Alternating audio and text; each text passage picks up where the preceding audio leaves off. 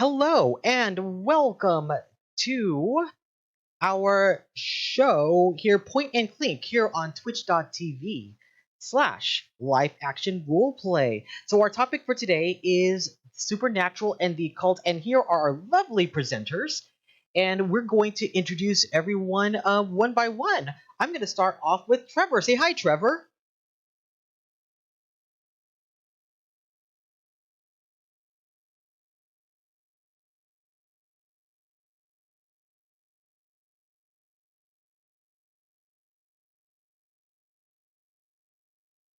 Nice.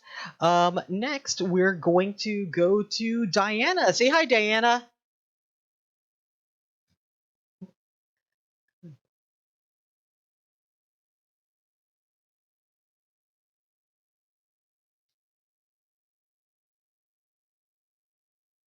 Mhm.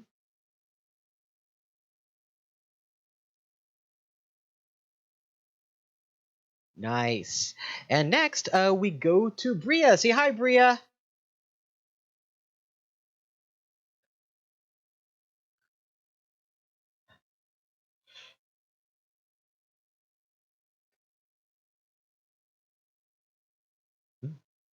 On channeling as a storytelling process.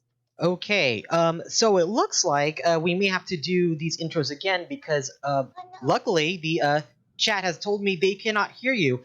Chat, go ahead and identify for me if you can hear them now. We're gonna again, sorry, so we get to do this all over again, at least that's fine. It's the practice run, and then now we're gonna do it for real.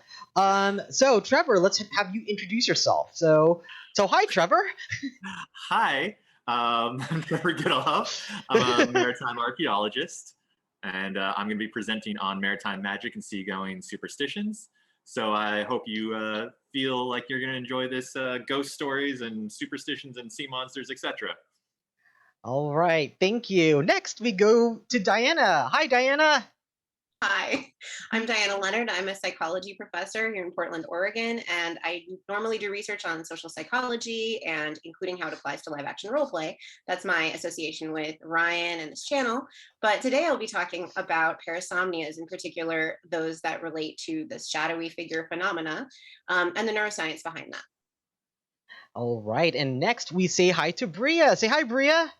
Hi, my name is Bria Nicole. I'm laughing because I thought that I had given forbidden info when Ryan made a face after I introed myself. But I am a writer, game designer, and storyteller. I also do podcasting, and I'm going to be presenting channeling as a storytelling process, all about that weird place where channeling and storytelling meet, at least for me. Nice. Next, we have a new face to this show. We have Rachel Wilkinson. Say hi, Rachel. Hi, I'm Rachel Wilkinson, and I am in Houston, Texas, and I am very glad to be on the show today. I'm a writer, a game writer, a LARPer, which is how I'm here. And yeah, so I'm going to be presenting on the occult currency, the esoteric history of the $1 bill. All right, Ooh. thank you. And last but definitely not least, my co-host Tessa. Say hi, Tessa. Hi, Tessa. So, anyway, I'm Tessa Thurman. I'm out of Seattle. I recently got the official title of Associate Game Designer. I also write a lot of LARPs, and I LARP a lot too. So, I'm here to provide random information, such as the Axeman of New Orleans, which is what I'm presenting on. Nice. And I am your host, Ryan Omega. He, him. Obviously, I like LARP because I have a channel that is closely named to it. But my presentation is going to be on baby's first exorcism. So, some practical tips on if you ever want to expel foreign presences from unwanted spaces. So, we're going to get into that. So, Tessa, if you can explain a little bit of our drinking rules when it comes to interacting with this particular show. All right, so Point and Clink has an optional drinking game. The drinking can be any liquid. It doesn't have to necessarily be Vihinstafon or Vitus. or anything you have lying around that's alcoholic. There are some caveats to this drinking game. The first being, if you make a disclaimer before your point and clink presentation, that's 1 drink, but trigger warnings don't count. Also, 3 minutes is the golden number. So after 3 minutes of presenting, you'll owe 1 solid chug, a healthy drink, or a shot if you're feeling extreme. And that same thing applies to all 3 minutes thereafter. So I will give you a total of, after 15 minutes, that'd be 5. There are some other rules, such as a cat or dog spontaneously appearing on the screen, deserving a drink maybe around all of them, and also, you don't have to take all those drinks yourself. You can delegate them to willing volunteers if you'd so like. Those are the main rules. Am I forgetting any? Just one. It is not a requirement that the drink must be alcoholic in nature. That part is just for fun. We encourage you to participate in any way that you would like. I just happen to have something that looks very pink and liquidy. Does it have booze? We don't know. It's the internet. You might presume it does because you know my brand, but water is also encouraged. It is very, very important because it is a rule in Twitch. You cannot be drunk on Twitch, but you can have the occasional sip of the nippy. All right. To determine who goes first, we roll d20s. Lowest number goes first, unless there's a compelling reason that someone needs to go first, like if they have an appointment that they have to get to, totally fine. Otherwise, it's all done by the die. Everyone, go ahead and roll, and tell me your result. 16. 19. Okay, sorry, let me get one at a time. So, Trevor, we have 6. Rachel, what'd you get? 16. 16. Diana? 4. What? 4. 4. Gotcha. Oh, wow. Bria? 19. 19. Okay. Tessa? 9. 9. Okay. So, that tells us that Diana goes first with 4. Then we have Trevor, then myself, Tessa, Rachel, and Bria. All right. Is everyone ready to go? Okay. Yep. First of all, I'm going to give a disclaimer and a healthy. Did we talk about what we're drinking? Should we be doing that, or are we Yeah. not? Do you know what? Let's talk about what we're drinking because I actually have to set something up anyway. Perfect. Oh, convenient. Yeah, I'll go first. So I am drinking Tullamore Dew and seltzer or soda, and but I have a little bit of Maker's Mark left. So at the end, I'm going to take a drink of that because Maker's Mark was my dad's favorite bourbon whiskey, and he's passed, and I feel very close to him. And he also talked a lot about his experience of supernatural phenomena when I was younger. And so I'm just kind of taking this in honor of him and to remember him and bring him into this space with me. So that's what I'm having. That Bria, is amazing, and thank you. That's cool. Yeah. Bria, you want to go next? Yours to my right. What a follow-up, because I'm drinking water in a big ale cup. Yeah, I'm always dehydrated. So I was like, I really need to take every chance I can to hydrate more. Plus, it's also like you like whispering into water and things like that are also part of like spiritual practices. It's part of mine. So yeah, it's also fun. Trevor, what are you drinking? Sadly, despite being a sailor and all that, I should be drinking a Cuba Libre or rum and coke, but I'll be drinking just an old Rasputin instead to stick with a nice cold beer since it's been a hot day. And let's go with Tessa. Hi. I am drinking, first of all, Weihenstephaner Vitus, which is a really hard to find, like Belgian type of beer made by the people who first kind of technically invented beer. And it's very bready. It's delightful. Tastes like bananas for no reason at all. And then I'll be moving on to Mysterious Pink Juice. I think Rachel's next. Yeah, I've just got fancy water. This is seltzer with a little bit of lime. Mhm. So I'm I am also on Team Water today. I actually also am having to finish a podcast episode after this tonight. So audio editing and drunkenness are not friends. Completely fair. And I am having a Stella Rosa watermelon Moscato Oh. I know. because fancy, because fancy. All right, cool. So cheers to Okay. everyone on your presentations, and let's start off with Diana. Great. So that drink that I just took was for my disclaimer, because I'm not a neuroscientist, and that's my disclaimer. I do work down the hall from one, and I did chat him up about this presentation. Are you seeing the main presentation rather than the notes? Yes. Just click and slide, perfect.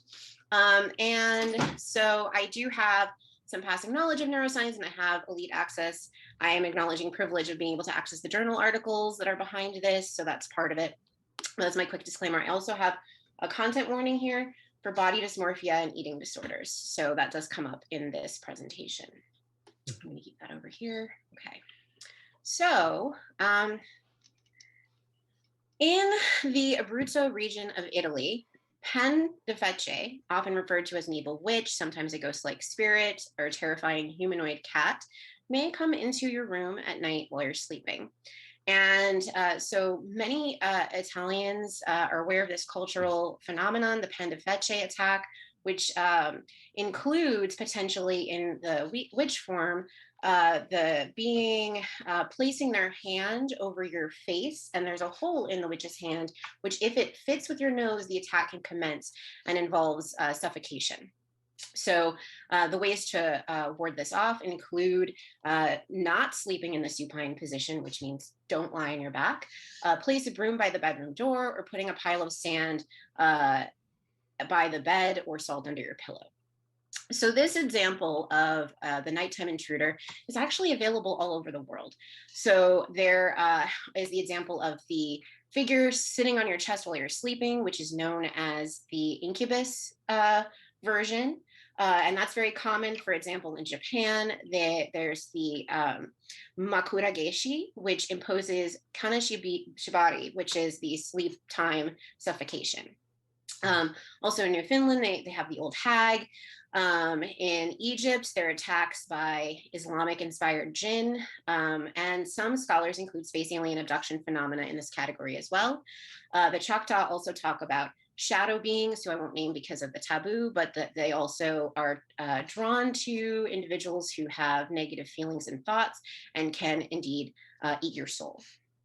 Okay, so in this case, I'm going to differentiate the incubus experience of the being on your chest from the invader experience of the individual, maybe the shadowy figure in the corner. There's a version in the US that's very common, the Hat Man, which may or may not be attributed to being an alien that's observing you, as well as OBEs, or out-of-body experience, where instead of seeing another being, you're aware of your own body being outside of yourself, or feeling outside of your own body. So what is this coming from a neuroscience perspective? So we do have some research on this, suggests that this is a disruption of regular sleep patterns. So during rapid eye movement sleep, which is one of the phases of sleep in which you're experiencing a mix of things, your brain stuff, we're going to call it now, and we'll unpack that in a second, is creating sensory experiences via the sensory system that's really very active, but you're not taking in any information from the outside world typically. Or not much. So that's leading to you to have these vivid, dream-like, dream state experiences. And it's called paradoxical sleep because although you're asleep, your blood pressure and heart rate and breathing becomes elevated. So people tend to experience REM for like 4 to 5 times per night in increasingly long intervals during the sleep cycle. So by the time you're ready to wake up, you've had your longest REM cycle during the night under normal conditions, and then you're coming out of sleep. And that's why we tend to remember dreams if we're woken up suddenly while we were in REM, because it's just happened to us. So in most cases, we don't thrash about, and if I'm having a dream of karate, I don't kick my partner who's in bed with me, because at the same time, brain stuff is also suppressing the motor system. So things like GABA and glycine are being introduced into the system, these neurotransmitters. Are you seeing the motor system now? Yep. Okay. So the GABA and the glycine is going in and it's actually suppressing the motor system so that we have what's skeletal immobilization. Our eyes can move, various, like we can breathe, but we're not otherwise going to move. And so this paralysis is a good thing because people who experience one kind of parasomnia don't get this paralysis. And so they can actually thrash about or even move and harm people in bed with them when they have that kind of sleep issue. Moving forward, in this case, dreams are not going to feed back on and cause voluntary action because of that suppression. All right, but what happens when we're waking up? So during the sleep to wake cycle, the brain should be switching off the motor system, switching off the things that are suppressing the motor system, bringing that back online, so that we'll then have the experience of waking up and also regaining our ability to move. But in sleep paralysis, this gets unhooked. So we wake up, we may be still getting some vivid dreaming experiences, and we're frozen in place. And this is thought to be the cause of feeling like you have the incubus, the imp on your chest, because you're actually not able to move, and your brain from a top-down perspective is trying to make sense of all of that. So we're taking in some visual stimuli from the room, our physical experience of being unable to move, and this is due to really hard, and it creates this feedback loop of fear, right? There's a shadowy figure in the corner or on my chest. It is controlling me, it's keeping me from moving, and it's watching everything I do. It's really scary, and I get this. So I experienced this, which is why I'm so interested in this. So yeah, sleep paralysis victims often complain of this, these hallucinations. Hypnopompic hallucinations, the ones that happen right as you're waking up, by the way. And so that's where that may come from. So how common is this?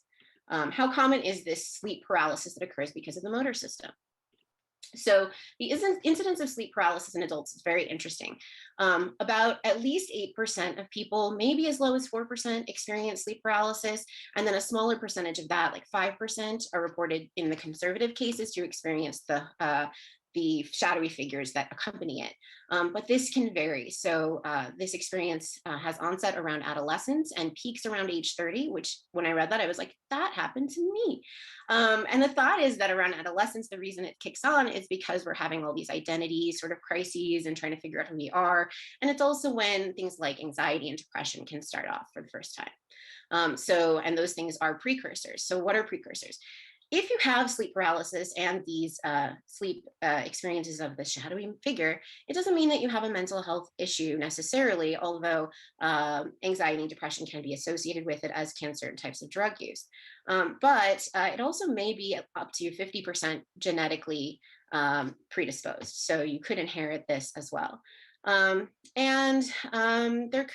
There's also things that I would read as generational trauma involved here. So there's a much higher incidence of this, up to 40% when you look at populations of Asians and Africans, and African Americans experience this a lot, as do Cambodians. So there's in Cambodia, where there's a history of war and PTSD and trauma, is where some of the highest rates of sleep paralysis and associated shadowy figure experiences occur. So this is not fully well understood, but it seems to be varying with different populations and due to those experiences. So here I'm just showing you that 8% is like a conservative estimate, but it could be up to 40%. It depends on the population you're looking at. This is a thing. And so putting this into perspective, what is the brain stuff now? I'm going to talk briefly about some of that that really may explain or partially explain shadowy figure phenomena and sleep paralysis. So this one research team at I want to say UC Davis that looked into this have basically talked about the parietal cortex a lot. But what you need to know about the parietal cortex is it's near the temporal cortex and the frontal cortex. And what it does in part is it helps us to have our body map. So you have a sense of where you are in space, you don't bump into things, or sometimes you don't bump into things. And this body map is hardwired and genetically predisposed. And essentially, we go around with this in our head. And what happens when our sleep cycle gets disturbed is that we may project this out into space. So we're seeing our own body in the corner, but not aware that it's our body map from the parietal cortex. And so that is what we're seeing when we experience shadowy figure phenomena, according to these researchers. So it's a misfire that's happening where we're projecting our body map externally to the corner of the room or onto our chest. And so the researchers have looked into this, for example, by saying, hey, if you have a body map that is subjectively different from your objective body, let's say if you experience anorexia nervosa and body dysmorphia, then the image that you describe seeing in the corner should be more similar to your subjective body map than your objective physicality. And that's what they've been finding. So that's one way in which they've sort of tried to validate this. Another way is that if you directly stimulate a part of the brain, if you directly stimulate a part of the brain that the TPJ, the temporal parietal junction, then people will experience their body outside of themselves. So that's or out of body experiences. So that's another corroboration. Another thing that could be at play here is mirror neurons. So mirror neurons, if you're not familiar, were discovered in Italy in a lab where they were looking to see what kind of neural activity would happen when a monkey reached for a peanut. And then kind of via serendipity, they actually still had the monkey hooked up to the equipment when the research assistant reached for their peanut, and 10% of the monkey's neural area fired. So they realized that we not only have the area in the motor cortex that fires when we act, but also that models when others are acting. And this is a controversial statement around the neuroscience community, but this may be part of the seat of our ability to put ourselves in others' minds, or theory of mind, because essentially we have an area of the brain that fires when we're observing someone else performing the same activity or modeling what they're about to do or what they're in the process of doing. The researchers suggest that this could be at play, right? So these mirror neurons are firing while you're asleep during the sleep to wake cycle that's been somehow brought off kilter, and that's causing you to see this other figure. Okay, so why does this happen though? Well, we do also know that one of the reasons why we don't always perceive this kind of thing when we're half asleep, because everybody experiences like getting woken up from REM, right? You're groggy, but you don't necessarily see a shadowy figure. Well, it may be because normally the prefrontal cortex is able to regulate our consciousness and let us know, especially because we're getting all this other feedback from our body that kind of grounds us a little bit more. But when we're stressed, the prefrontal cortex is like out to lunch and isn't doing this job as well, AKA me in grad school when I was having the worst of these experiences. So in periods of stress, people do tend to experience more sleep disturbances like this. And so finally, some treatment options, and I'm going to get to some bigger picture ideas. So some ways to treat this that you could do on your own, if you are some of the people who experience this, is to work on your sleep hygiene. So it sounds silly, it's like get better sleep, but actually, yeah. So if you're having fewer episodes of waking up in the middle of the night, you'll just have fewer opportunities to experience this because you'll sleep right through REM. So things like avoiding blue light, getting enough exercise, investing in a better sleeping setup that's going to be relaxing for you, making sure that your temperature is stable throughout the night and cool so you don't hot sleep, wake up. Hello, I do this. Maybe don't have 3 pets who can run around in the middle of the night and wake you up. And lower alcohol and caffeine intake closer to Betty by. In part because if you drink a lot of anything that's dehydrating, you're going to wake up and need to pee. But if you get this experience, then that's going to be another opportunity for it to happen to you. Also, focus attention, meditation, and muscle relaxation before bed can be good. And specifically also while you're experiencing it. So if you do wake up kind of and you're aware, like I'm aware and I'm like telling myself, this isn't real, this isn't real, this isn't real, rather than doing that, what I need to be doing is focusing on like basically going to my happy place, thinking of that as something that's visually interesting potentially that I can distract myself with, and calming my breathing. And that can help kick in better mechanisms physically that can also help to either send me back to sleep or help me wake up fully. So that's part of that. Also abstain from methamphetamines. And I want to take this seriously because addiction is real, but people who experience, who are methamphetamine addicts who do not sleep experience this while awake, which sounds horrible. So they can see the shadowy figure flickering in the corner of their awareness and not make it stop. So it's definitely a serious thing. And there's some drug treatments in the work that would target serotonin receptors or treat underlying disorders that are associated with it, like narcolepsy. Another thing that's involved is having sleep apnea, which is something that I get when my weight clicks up a little bit, like during a pandemic when I'm just sitting at my desk all day. Because what sleep apnea can do is it causes you to wake up because you stop breathing because your airway is blocked. And it's not always associated with weight gain for folks, but that can be a precipitating factor. So treating that underlying disorder of the sleep apnea could also help. All right, and then my last thought is just, is this ghost or is this the machine? In this case, machine is brain in my lexicon. So this is a physioperceptual phenomena that is worldwide. Why does it happen? We still don't know. There are so many cross-cultural variations, but they all have so many cool commonalities too.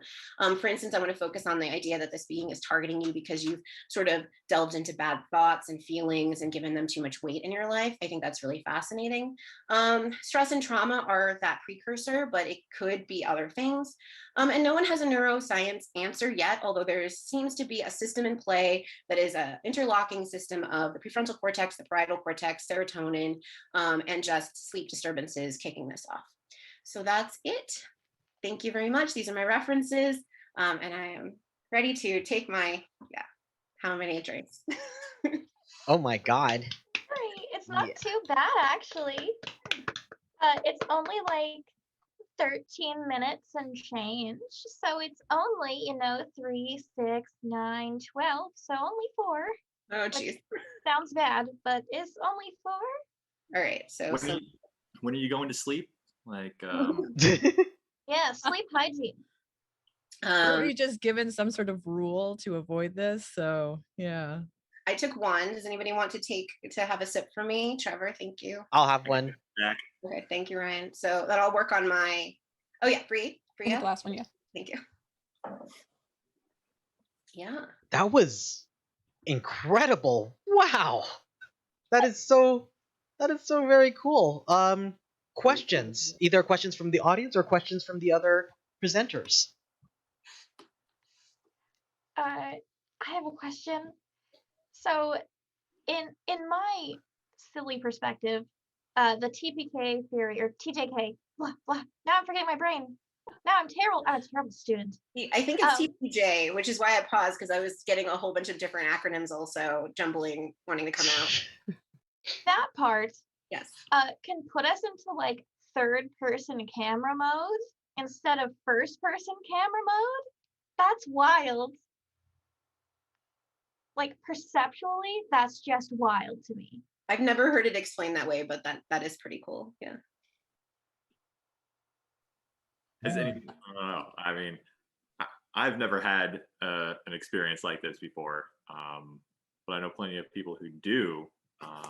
So noticing the interesting comment of them having like body issues to see themselves in the corner.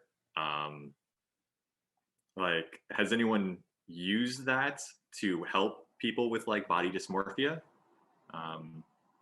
Not that I know of. That was a pretty recent study. I think that one was 2018, which in research time is like yesterday. That doesn't even count as proper research yet. And I did do a forward citation search on some of these pieces that I looked at to see if anything hot new had just dropped. It's like albums up here in Google Scholar, and nothing like that was in that list. Okay. If that makes any sense. So that's my current, and yeah, maybe somebody's working on it now though. That'd be pretty cool. Yeah. I had a question. I was wondering if any of these happenings were more common like regionally, and that I'm thinking about surprising no one, I watched like Unsolved Mysteries, and there was an episode on an area in Japan that got just wrecked by a tsunami, unfortunately. And a lot of people were experiencing these like supernatural phenomena in that area, like seeing a lot of ghosts and things like that. And surprisingly, it was pretty local to that specific area. Like apparently, despite Japan's kind of history in general and general like a relationship with the supernatural, I guess there weren't like I think they did I think they looked at like Nagasaki, for example, and there weren't the same kinds of dreams happening there. Yeah, so I don't know. What I know from what I've read is that these researchers argue that the culturally specific experience of the shadowy figure is partially due to people learning about this, and then they're going to interpret, because their brain is trying, in the moment, their brain is trying to interpret from a top down what is happening to me and just filling in the blanks there.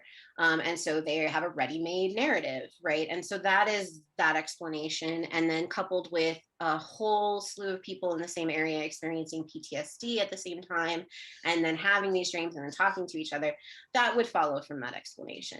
And we could see like there are modern versions, like like I don't mean modern, I mean sci-fi versions of this in the alien abduction kind of explanations, and that are fitting right in the same script.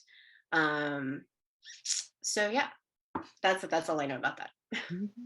I know you didn't have any things on my last question, but is there any connection to this with people with PTSD, like soldiers? Because you mentioned like with Cambodia and other places where they've had to deal with like violence like that.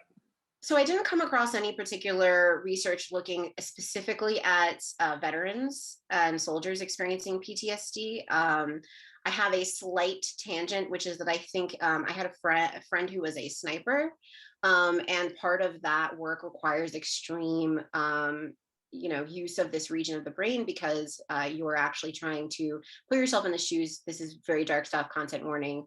Mm-hmm. But you're putting yourself in the shoes of your target to try to predict their next movement so you can get a smooth shot off. And those folks experience a very unique set of reactions to war compared to someone who's doing very different things, more face-to-face combat, for example. And I would wonder if that has an effect on experiencing this in a different way, if you do get SP phenomena. But I didn't come across anything that specifically talked about that. I can Google Scholar on the side while other folks are presenting them, because I do think that's a really interesting question and worth pursuing also.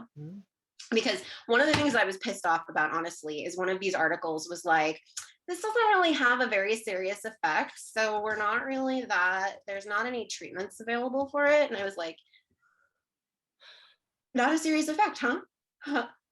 That's cool. So that's why a lot of the treatments that are out there that I talked about, the drug treatments, are really very much like they're writing about it, but they're not really doing that much with it yet in terms of clinical application. And the doctors that I talked to, like, it took me 4 referrals to get to somebody who knew what this was, despite it being very high in certain populations, which I'm just going to stop, but you might know where I'm going with that. Yeah. Yeah. All right. Thank you, Diana. That was amazing. Trevor, are you ready?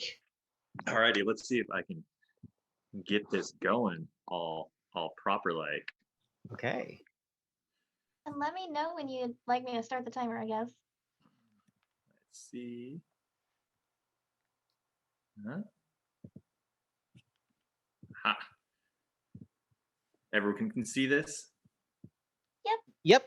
I can. Okay, so I'm going to start with the caveat, which is a first one here. While I have spent plenty of time sailing around the world, and I know a lot about maritime superstitions and whatnot, there's a lot that I don't know about maritime superstitions. And what we're going to be talking about is not going to be including things like Mayan maritime superstition or Japanese superstition or Egyptian superstitions regarding maritime stuff, despite their extensive maritime cultures that they have, and any numerous other ones. Polynesia, I could go on and on and on. So this is really focused on what people generally attribute to maritime superstitions. So you will probably recognize most of these ideas. There will be some that you don't know, and I'm excited to introduce you to these. But that's that. And then I guess I will start with the drink there. And let's go. So, maritime magic and superstitious seafaring. the ocean is in a very, very unique place. It's a very liminal space because wherever you are on an ocean, you're really just between 2 points. You're from one port to another port, so you're not really in the real world, sort of, and that has led to a lot of things. Additionally, there is a level of the ocean is a very big and terrifying thing that we cannot control in any way, shape, or form. And superstitions often come up to deal with things that we cannot deal with in actuality. So we come up with ways that make us feel like we can do stuff, while also coming up with things that can terrify us of it even more.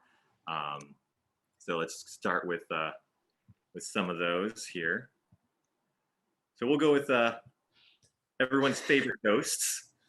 You know, everyone loves ghosts here, and they're all super there. So, ghost ships plague maritime cultures all over the time. Some of the most famous one is Mary Celeste. Everyone, or a lot of people know about the Mary Celeste. There's other ships that have floated away and been found with no crew members on it, in perfect condition, floating away. And most of the time, what it is really is, we make up. They were abducted by aliens. They were destroyed by, or they were like taken off by mermaids, or they all went crazy because of some reason. When, you know, sadly, mostly it's likely something was going on. A storm was happening. They needed to get off the boat. They were worried about it sinking, and then that didn't happen. And now they're in a much smaller boat, and then they die. And so no one can really tell anyone about what actually happened on this ship. So that's usually where that sort of stuff comes from. And then we have everyone's favorite ghost ship, the Flying Dutchman, which never existed. There was never a Vanderdecken who went to race around the Cape of Good Hope to get to his wife and made a deal with the devil, or any of these other stories about the Flying Dutchman and Vanderdecken. It comes from the large presence of the Dutch East Indian Company traveling all over the place. They were the maritime people of the time when this myth started coming up. And then we have the science behind the Flying Dutchman, which is the Fata Morgana, which is just when you have water and the curve of the ocean and light, sometimes a ship that is that you can't quite see, that's just underneath the horizon, you'll be able to see it floating above the horizon, but it's really just a reflection of light. But that does look really, really creepy when you see a float, like a ship floating across the ocean. Sometimes the ship is upside down, which is even more terrifying. So this creates this whole ghost ship mentality. And then my favorite is boots off. That's a big thing. When sailors die at sea, you take their boots off, and when you put them in the ocean, because if you don't, they may come back and haunt the ship, and then you're kept awake all night from their boots on the deck. They don't do anything. They just walk around, and it's hard to sleep.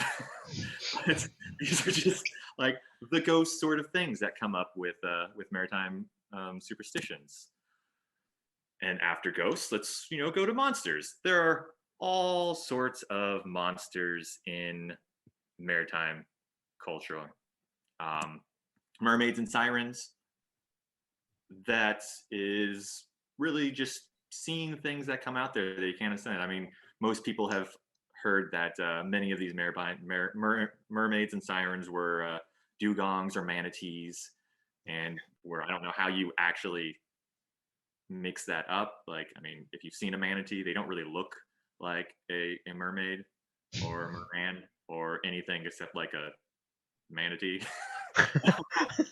But they're there, and the idea of a creature singing your ship to wreck is a way to kind of deal with sometimes tides pulling you into the shore in an area that you don't necessarily know. Also, maybe, you've been on a boat for a long time and there's not really a lot of women other than the figurehead. And so like anything starts to look good and you're like, I want that. But you know, it's never happened to me despite 9 years. So there's that. You have sea serpents and sea dragons and stuff like that. A lot of that is just, you know, the idea of an unknown creature out there. And you see oarfish, which are these extremely long creatures. You see sea snakes. You see kelp beds that kind of look off in the distance. And when you're on a boat and you see something, it's off in the distance a lot of times and you don't see it right there. And then when you come across a wrecked ship, a lot of these early myths of sea serpent stuff come really early in maritime culture, in areas where there weren't necessarily a whole lot of like hurricanes, for example. You know, in the Mediterranean, you don't really have a lot of hurricanes. So when these cultures left and start going into areas where there are hurricanes and typhoons, and they find these ships that are just totally just destroyed and wrecked, they don't know how to explain it, and so they come up with a creature. They can't. It's not the weather. It's not the ocean. Like this thing had to have been destroyed by a monster, such as a sea serpent or a kraken, which is also a very good rum, by the way. But krakens are a little bit more realistic in that there are giant squids. We see them all the time. They usually don't come up to the surface, but when they do come up to the surface, it's usually because they are dead. In which case, like other beings that people have come up with, they start to get bigger from gases, from decomposing, and that makes them even larger than normal. And so you see this giant sea thing, and you're like, oh, this has got to be elsewhere and alive and gigantic, and this can destroy ships just like the sea serpents and everything else can. And then Leviathan, no one's ever seen a Leviathan. No one ever talks about seeing a Leviathan. It's just kind of like in the Bible, underneath the ocean, and a terrifying thing. And so they talk about it a lot as like this thing that might come up and destroy us one day, because, you know, it will. And a lot of these cultures that have these superstitions are more in the Christian superstitions. A lot of these superstitions are Christian superstitions or tie into Christian mythology and beliefs. So we'll go into some of those very specific superstitions here. Whistling. It is a common thing to not whistle on board, though sometimes it is good to whistle on board. So there's a lot of confusion here because you can whistle up a wind. So if you're in a flat area, you need a lot of wind and you can't do anything, you can whistle it up and it'll bring up some wind and then you can start moving again. However, whistling up can also whistle up a storm. So you don't want to whistle because you want to deal with a storm. So it's a fine line of when to whistle and when not to whistle. And ironically, or not ironically, coincidentally, this also ties into theater. You don't whistle backstage at a theater. And that is because all the stuff that is done in backstage with lines and rigging to make set moves and bring stuff up is usually done with, or used to be done with whistles. So not to interrupt the play itself, they would whistle. And the reason why was because most of this, you know, belief superstition came across was because most of the people who were doing the theater's work were sailors who were off duty, because they knew what the rigging was. They knew how to handle ropes. That's what they were doing. So a lot of sailors went into theater for that before going back to sea again after a stint there. You always put your right foot first. You know, put your right foot first onto a boat. If you're going onto a boat to go sailing, don't step with your left foot. Always step on it with your right foot. If you step with your left foot, that's bad luck. And that is a Christian belief, because in all of those, Jesus was right-handed, the devil was left-handed. So step with your right foot to start with good luck. If you step with your left foot, you're dancing with the devil, basically. Another common one that a lot of people hear: red sky at night, sailors delight; red sky in the morning, sailors take warning. This has some solid actual science behind it and came from long before sailing. When you have a red sky at night, it usually means you have high pressure and stable winds from the west, which means you don't have to worry about storms or anything else. If you have red skies in the morning, you have the opposites coming from the east. So that's where that came out. It's just basic weather predicting that, the earliest weather predicting that we had. Tea. I'm not really sure where this came from. I'm sure someone knows, but it is bad luck to stir your tea with a fork or a knife. Bad luck will come from that. Don't stir your tea with a fork or a knife. Don't know why, but that's a thing. Which also ties into another one where I know where it came from. I'm not sure why, but broken eggshells. If you have a hard-boiled egg or you eat an egg, you have to make sure to break all the eggshells, because otherwise witches will get in the shells and sail across the ocean and wreck ships. I know you have that goes farther back into like Irish mythology and British and Welsh, but I'm not sure exactly where it specifically started. But yeah, eggshells, witches, they're a thing there, I guess. Then we have our superstitious days, which is great. So you never want to sail on a Thursday, because that is Thor's day. And Thor is the god of storms and lightning, so you don't want to sail on Thor's day. It's bad luck to start sailing on a Thor's day. You also don't want to sail on a Friday, because that is when Jesus was killed. So don't sail on Friday because Jesus was killed there. You don't want to give the devil his due and whatnot. You don't want to sail on the first Monday in April, because that is the day that Cain killed Abel. So you don't want to do that. And I don't know where they're actually getting these dates. I'm sure it's just a makeup at some point that talked like, yes, the world was created on this specific date at this year. I know there's actually a bishop who came up with that. I'm pretty sure they put it in Good Omens, which started a whole thing. Anyways, Cain killed Abel. So you don't want to leave on the first Monday in April. You also don't want to leave on the second Monday in August, because that is when Sodom and Gomorrah was destroyed. You don't want to leave on December 31st, because that's when Judas hung himself. There's a lot of like, there's more dates. So there's not really a lot of dates you can really go sailing on. That cuts down on a whole lot of stuff. The one good day to sail on is Sunday. You can set sail on Sunday, because that is God's day. I'm not sure how that ties in, since that's also like God's rest day, and you're not supposed to do anything on Sunday. And then, God forbid you're a Jewish sailor, and then you can't leave on Saturday either, because you can't do any work on Saturday for the Sabbath. There's just days just disappear for sailors. And now we have body modification, also ties into superstition for sailors. Tattoos.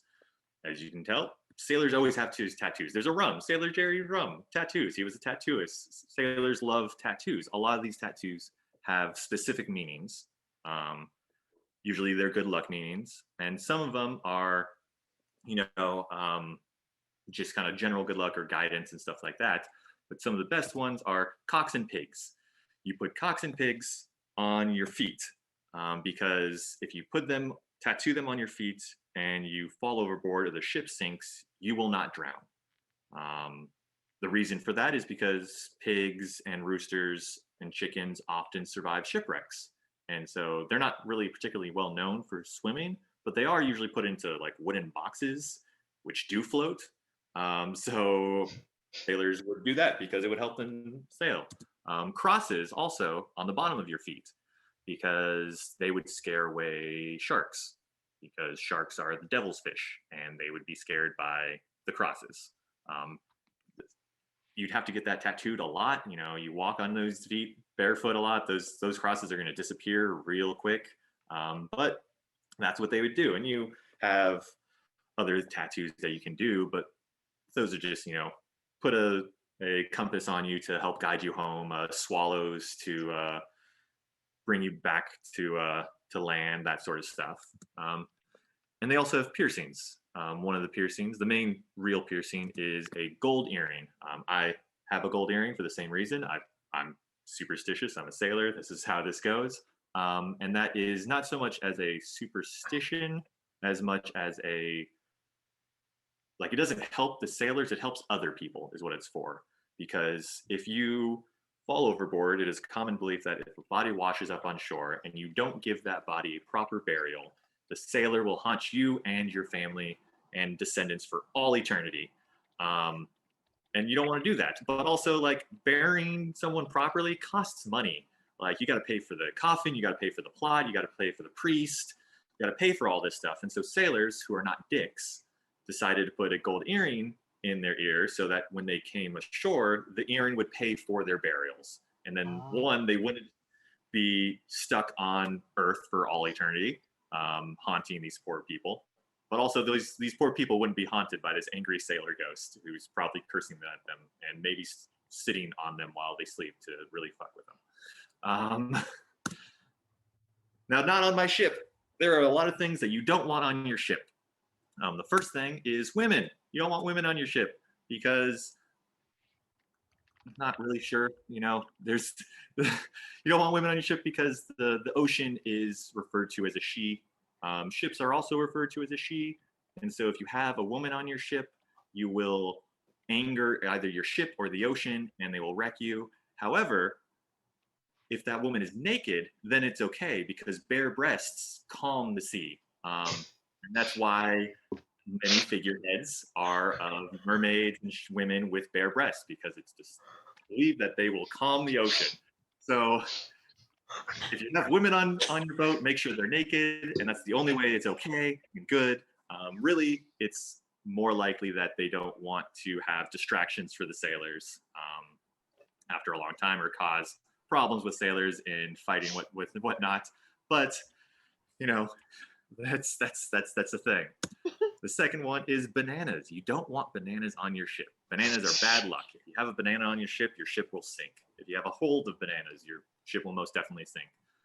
There's a lot of arguments for why this is where this superstition came from.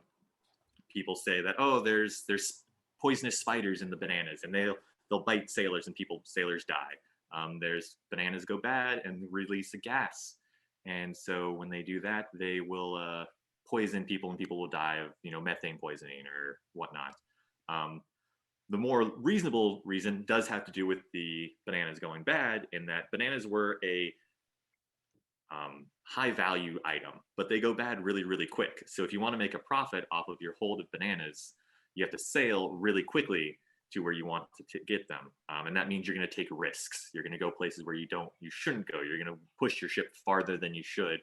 And then when you take risk like that, bad things happen to your ship. And so you will probably sail or sink because you're like, I'm going to make through this cut between these two islands, and I know there's a reef nearby, but I'm sure I can make it. And then you hit that reef because you're dumb. So don't get bananas. Redheads, you don't want redheads on board. They are bad luck. You don't want to talk to a redhead before you go on board. If you don't want to cross the path of a redhead before anything.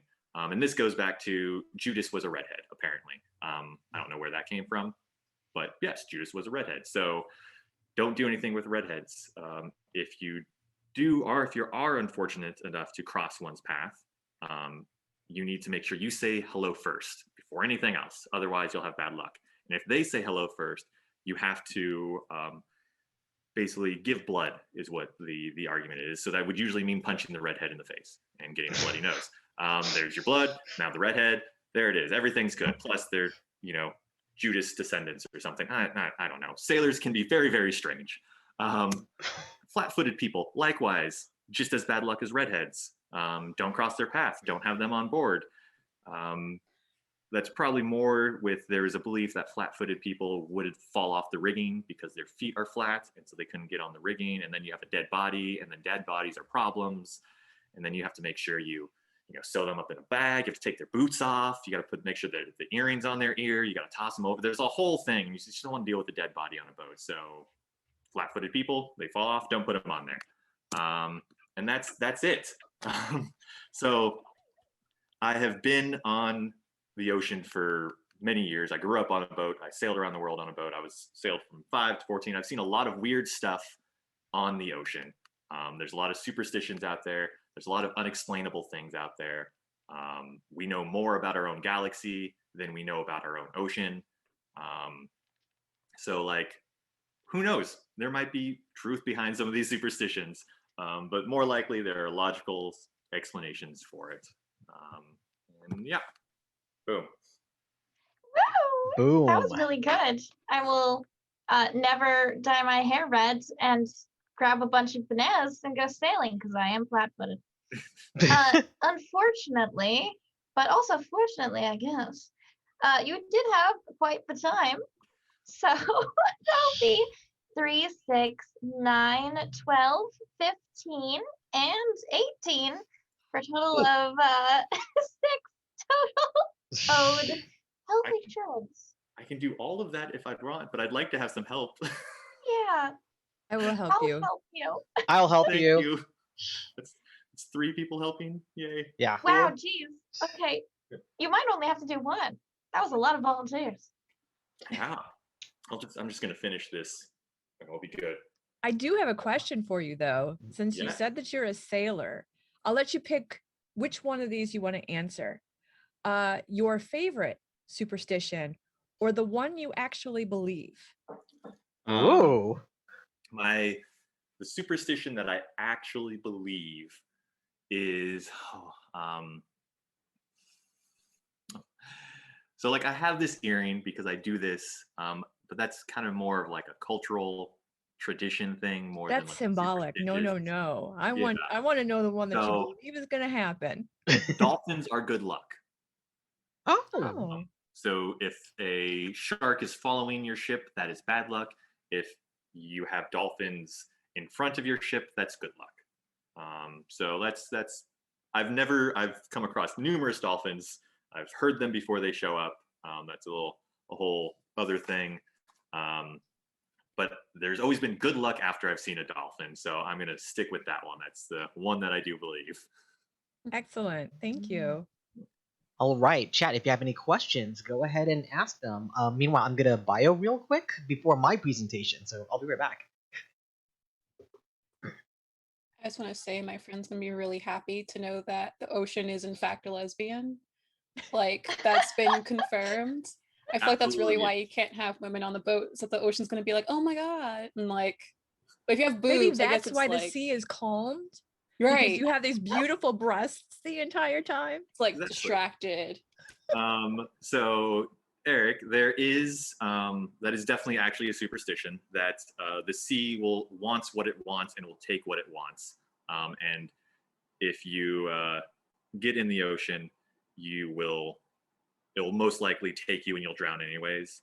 I'm not sure if it's really they wouldn't learn how to swim because of that. It was more that they didn't know how to swim, and the more time you spend in the ocean, the more likely you are to drown because you're in the ocean. And so sailors try to avoid the water as much as possible. Weirdly enough.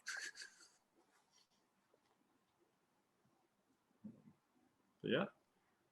There are. Also, I know that Diana recently did a different presentation about mermaids. So there's a whole shtick there, and all I was thinking the whole time about manatees was like, sometimes people were just that desperate, which is crazy. But people thought like, hey, that's a nice thick lady swimming around, and I don't understand how they possibly did that. Well, there's At also. all. I mean, there's who knows. I know that's in Ireland, for example, you have the curse that there's sheep. They like to sleep with sheep, and that really came from the fact that they stole a lot of sheep, but it was less of a crime to sleep with a sheep than to steal a sheep, and so they would often like if they were getting caught, they would go with that one because they wouldn't be killed for that. They would lose a hand instead of being hung. So maybe it's a similar thing for manatees. They're like, you know what? I wanted so and so, and I shouldn't have killed that thing, so I'm gonna sleep. I really I don't know. The tea on mermaids. So Tessa's referencing my own kind of personal one of these things that I do. I did a thing on mermaids are gay was the tea because they really are super gay. Like The Little Mermaid was actually written because the author Hans Christian Andersen had unrequited love for his childhood best friend, and got like rejected because dude went and got married to a lady. And so Hans Christian Andersen wrote this whole story. the Little Mermaid's love for the human is an allegory for unrequited gay love in a world that doesn't understand or accept it at the time. So that's one thing. There's so many other ways in which mermaids are gay. But the other hot take about mermaids is that mermaids were, or that the sirens were birds originally, not sea creatures. So I guess at least my question, Trevor, which is, what do you think is the most interesting cultural clash on the superstitions and myths? Culture clash on there where they mix up. Well, for the sirens, that definitely comes from the harpies. It comes from Greek harpies, and then it turned into other things. And you have other Greek myths about that. I think my favorite, I guess, clash is with figureheads. There's a lot of ideas about where figureheads came from. The Egyptians painted eyes on the front of their ships to help guide them across the ocean. We have bare-breasted ladies on European ships. And then you have, for like the Vikings, they had their long ships often had dragons or seals and stuff on that. And the argument for that was that it was to help them blend in with the seals, so the seals wouldn't think the boat was a boat. I'm not sure how actual realistic that is, because I feel like, seals they're pretty, they're smarter than that. But now you have all of this stuff coming together, and now you have boats have figureheads, and no one really knows why, and they're all different figureheads for different things. And I just love the fact that there's so much mixture in there across different cultures for different meanings, but everyone agrees that you have to have a figurehead. So, I'm not sure if that actually answered your question.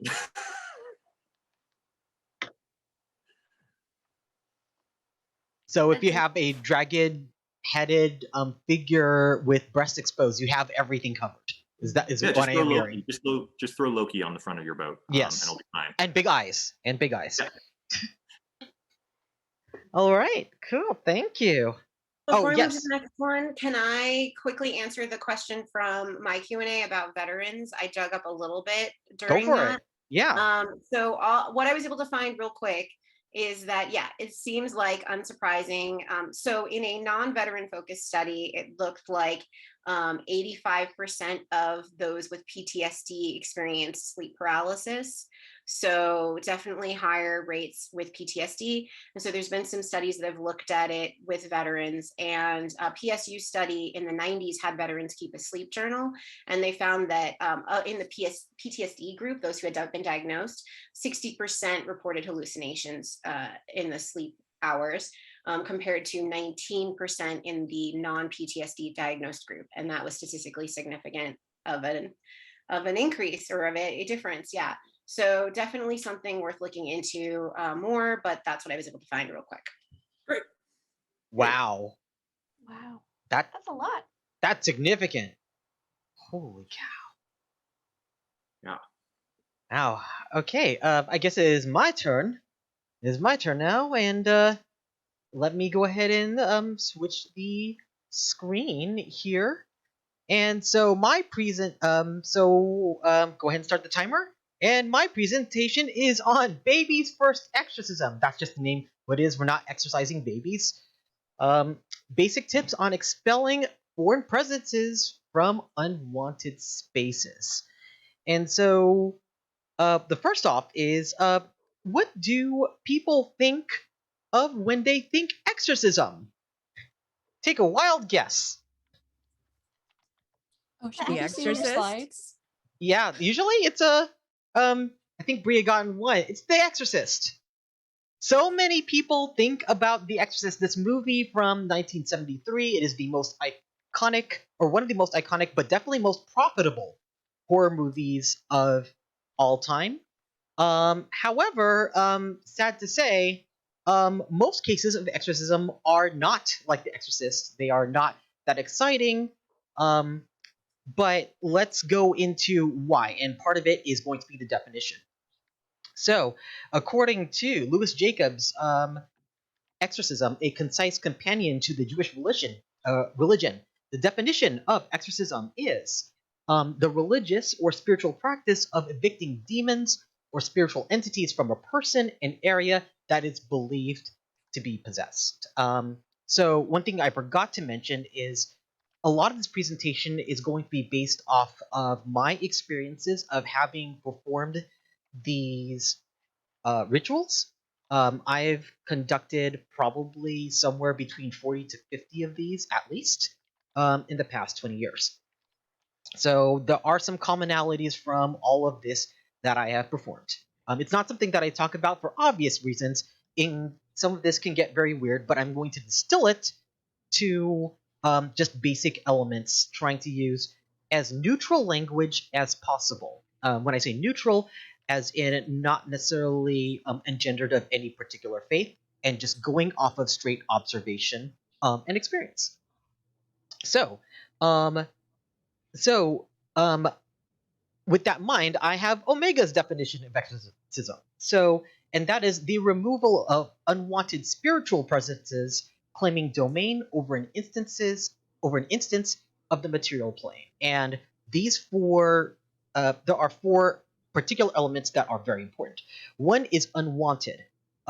So there are sometimes spirits that you want around because they are helpful. So guardian spirits are not usually unwanted. So that is often someone dies. Someone dies and they vow to protect a piece of property or protect someone as they're growing up as they go forward. So those are entities that don't usually are not unwanted. Spiritual presences. The only reason why I use spiritual is because it just explains anything that is not material. So hence spiritual. Claiming domain. Claiming domain means that they are possessing of something that is in the material plane, such as a person, an area, or an object. So when you're possessing a person, when you talk about people possessed, that also is something that being exercised. An area is a haunted area or an object. So spirits or ghosts or something, presences, might have an attachment to an object. It's often something with a lot of sentimental value. So it could be a beloved piece of art. It could be a sword. It could be something that meant a lot to the person. It could be a book. And material plane just refers to areas that are explainable by science. Again, a lot of what I will be defining is going to be based off of personal experience. All right. Perception. So the difficulty in this discussion has to do with the fact that in most horror movies, most exorcisms are thought as closer to a supernatural battle than it is a removal of presence because it does make for better stories. So often when we do think of exorcisms, we think that they are violent. We think that there's a battle for a soul. There's like a battle for some kind of domain, especially because the spirits or entities are just mysterious, and therefore they require a special set of powers. There's whole like stories as well as literature that's just dedicated to ghosts, but also to some extent superheroes. Superheroes are also dealing with supernatural entities. But we also find this in pop culture, like Scooby Doo. But often, like when you look at Scooby Doo, like whenever you look at the ghost, there's always an explanation for who it is and why they were motivated in their crimes. However, most recent Scooby Doo, those ghosts are actually ghosts. And then they become exorcists of a different sort. So, from personal experience, 4 out of 5 exorcisms don't result in violence. So usually the reason for that is many of these ghosts or spirits usually just need some kind of action, and we're going to get into that in a little bit. And really, the closer example of dealing with exorcism is the show Medium than the movie The Exorcist. So the show Medium is based off of an actual person. Her name is Alison Dubois, and that was an actual person who is a psychic that is also a detective and works with the I believe like it's the Arizona Police Department. It became the show concept became a show portrayed by Patricia Arquette, and Alison Dubois is a consultant on that show, and disclaimer when it comes to that, like I actually used to work on the show Medium. So I actually got to learn some of the things from the producers. The main thing being that for the first year she gave some insight to what was accurate to what she was doing, but after the first year she just kind of was just nominally a consultant, and the writers got to kind of do what they want, but they just gave uh, some aspects of what a psychic detective does and does not do. So there are some steps when you before you approach an exorcism, and now we're going to get into the practicals. The first one is to ask why someone thinks some place, someone, or an object is possessed.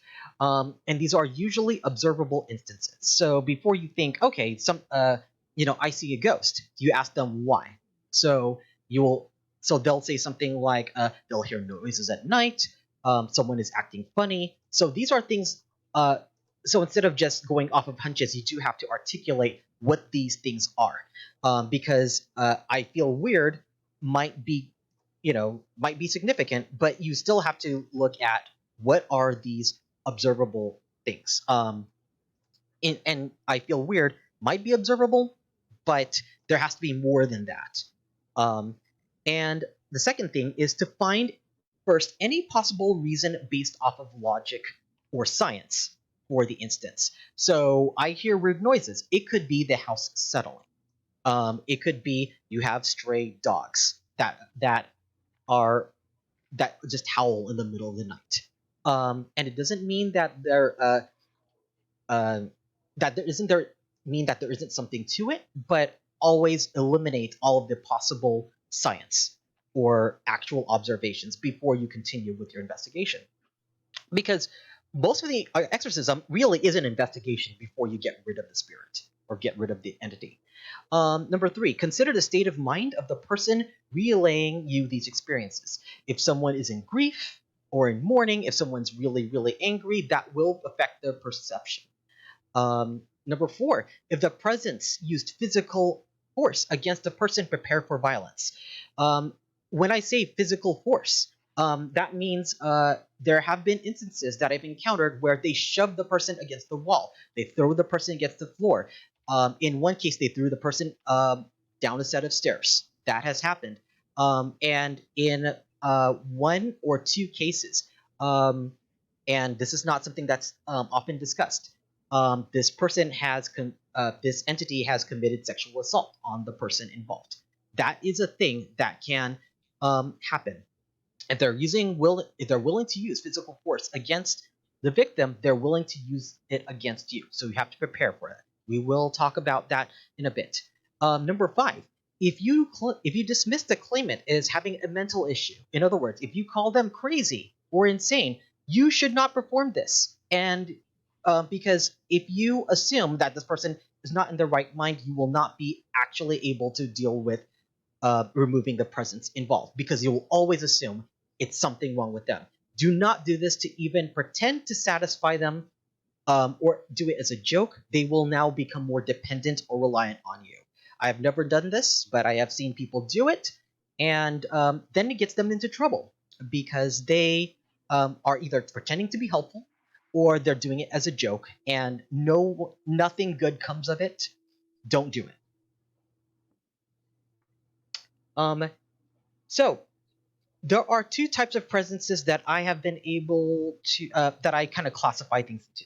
One is ghost and one is spirit. They are resolved differently, and I will get into that. So a ghost is usually a former living person that's attached to a person, area, or object. So usually it's an area or an object more so than a person.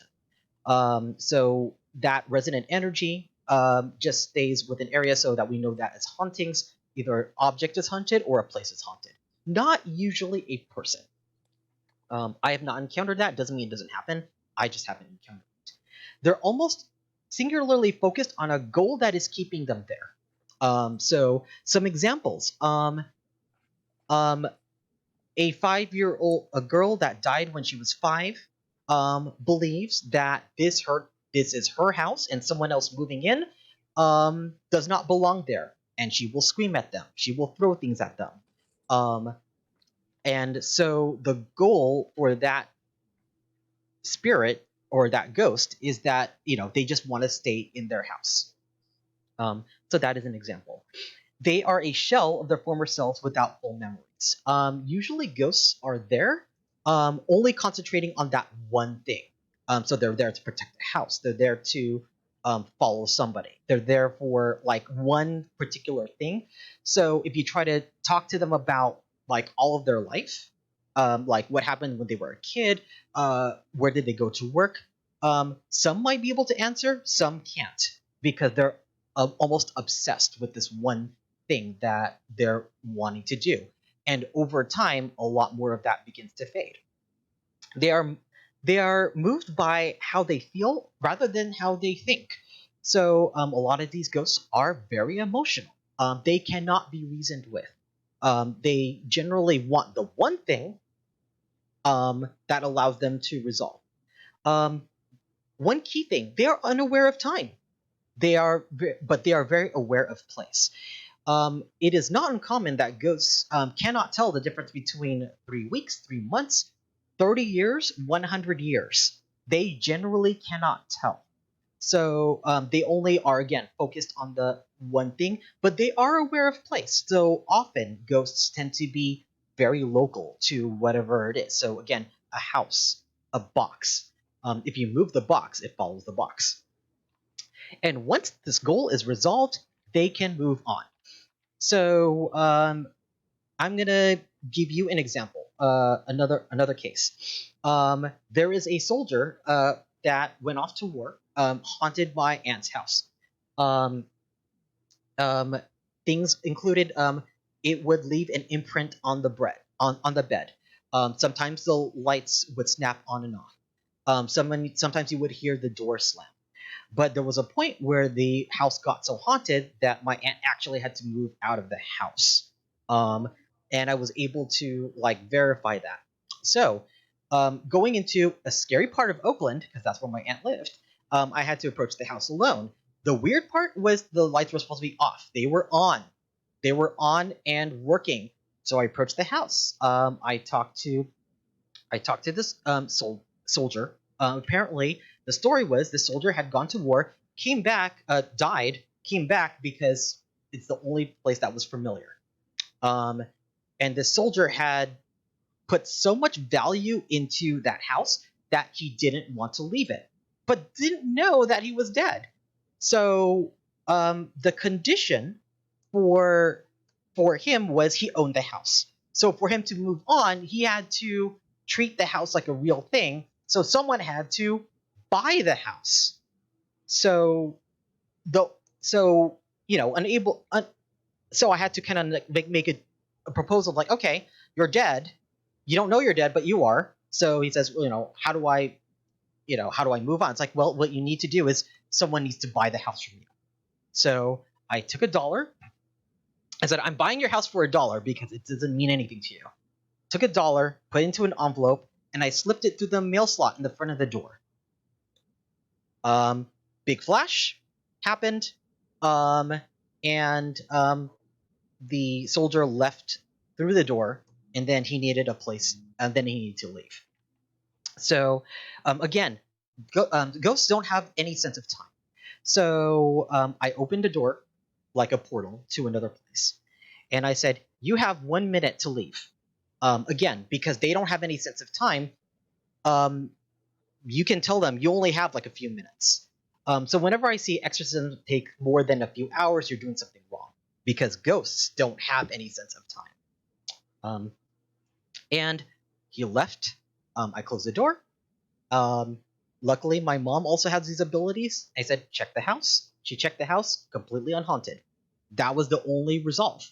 Again, not all exorcisms require violence. It just needs someone to listen to them and figure out what the problem is, give them a solution, and allow them to leave. That's a ghost. Spirit. Spirits can be human or non-human. When I say non-human, when people talk about fae, people talk about angels, talk about demons, anything that is not human is considered a spirit. not fully tied to the material plane. They have the ability to move on to other planes, whatever we believe, heaven, hell, etc. Um, Full faculties to engage, and they can be reasoned with, meaning that you can talk to them and negotiate with them, and they can not bother you anymore. Sometimes they just want you to look silly. Sometimes they just want someone to talk to. You would be surprised for some of these. They just are lonely and they want someone to acknowledge them and say, hey, we have a good conversation. Thank you. And then they leave. Um, they are aware of time. So they are aware when 3 or 5 or 10 years passed. And they can be reached regardless of distance because they're not tied to a location and they have their own agendas and motivations. Example signs of haunting. So when I look at hauntings, I ask them for what are some very specific things I look at. One, the variance of light in a room. I have been to many places where sunlight is coming in through a room and it is darker than it should be. The amount of dark is different from being in a different room. Or that's usually a huge indication that something is occupying an area. Variance of physical air in the room. You're in a room and it's suddenly harder to breathe, and there's no indication of what is causing it to be hard to breathe. The other is movement. Sometimes you walk down the hallway and it feels like you're walking through water without explanation. So the heaviness, density of the air is often an indication.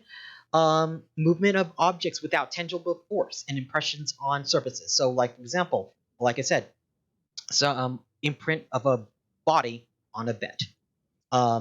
Ball moving by itself. I mean, there's other explanations, but those are, again, you look at all of these things collectively and figure out, okay, these things are example as a haunt. Sounds without physical origin. Knocking, sometimes yelling. Sometimes some places are haunted because they hear yelling that is nonstop. And this is not an exhaustive list. And of course, there are explanations of these that do belong to science. But again, we're looking at haunting specifically. Now, how to exorcise a ghost by Ryan Omega. One, deduce what is keeping them there. So, like for example, in the case of George was the name of the ghost. George had a name. So, like we had to figure out what was keeping him there. Many times, the inhabitants don't realize they're dead.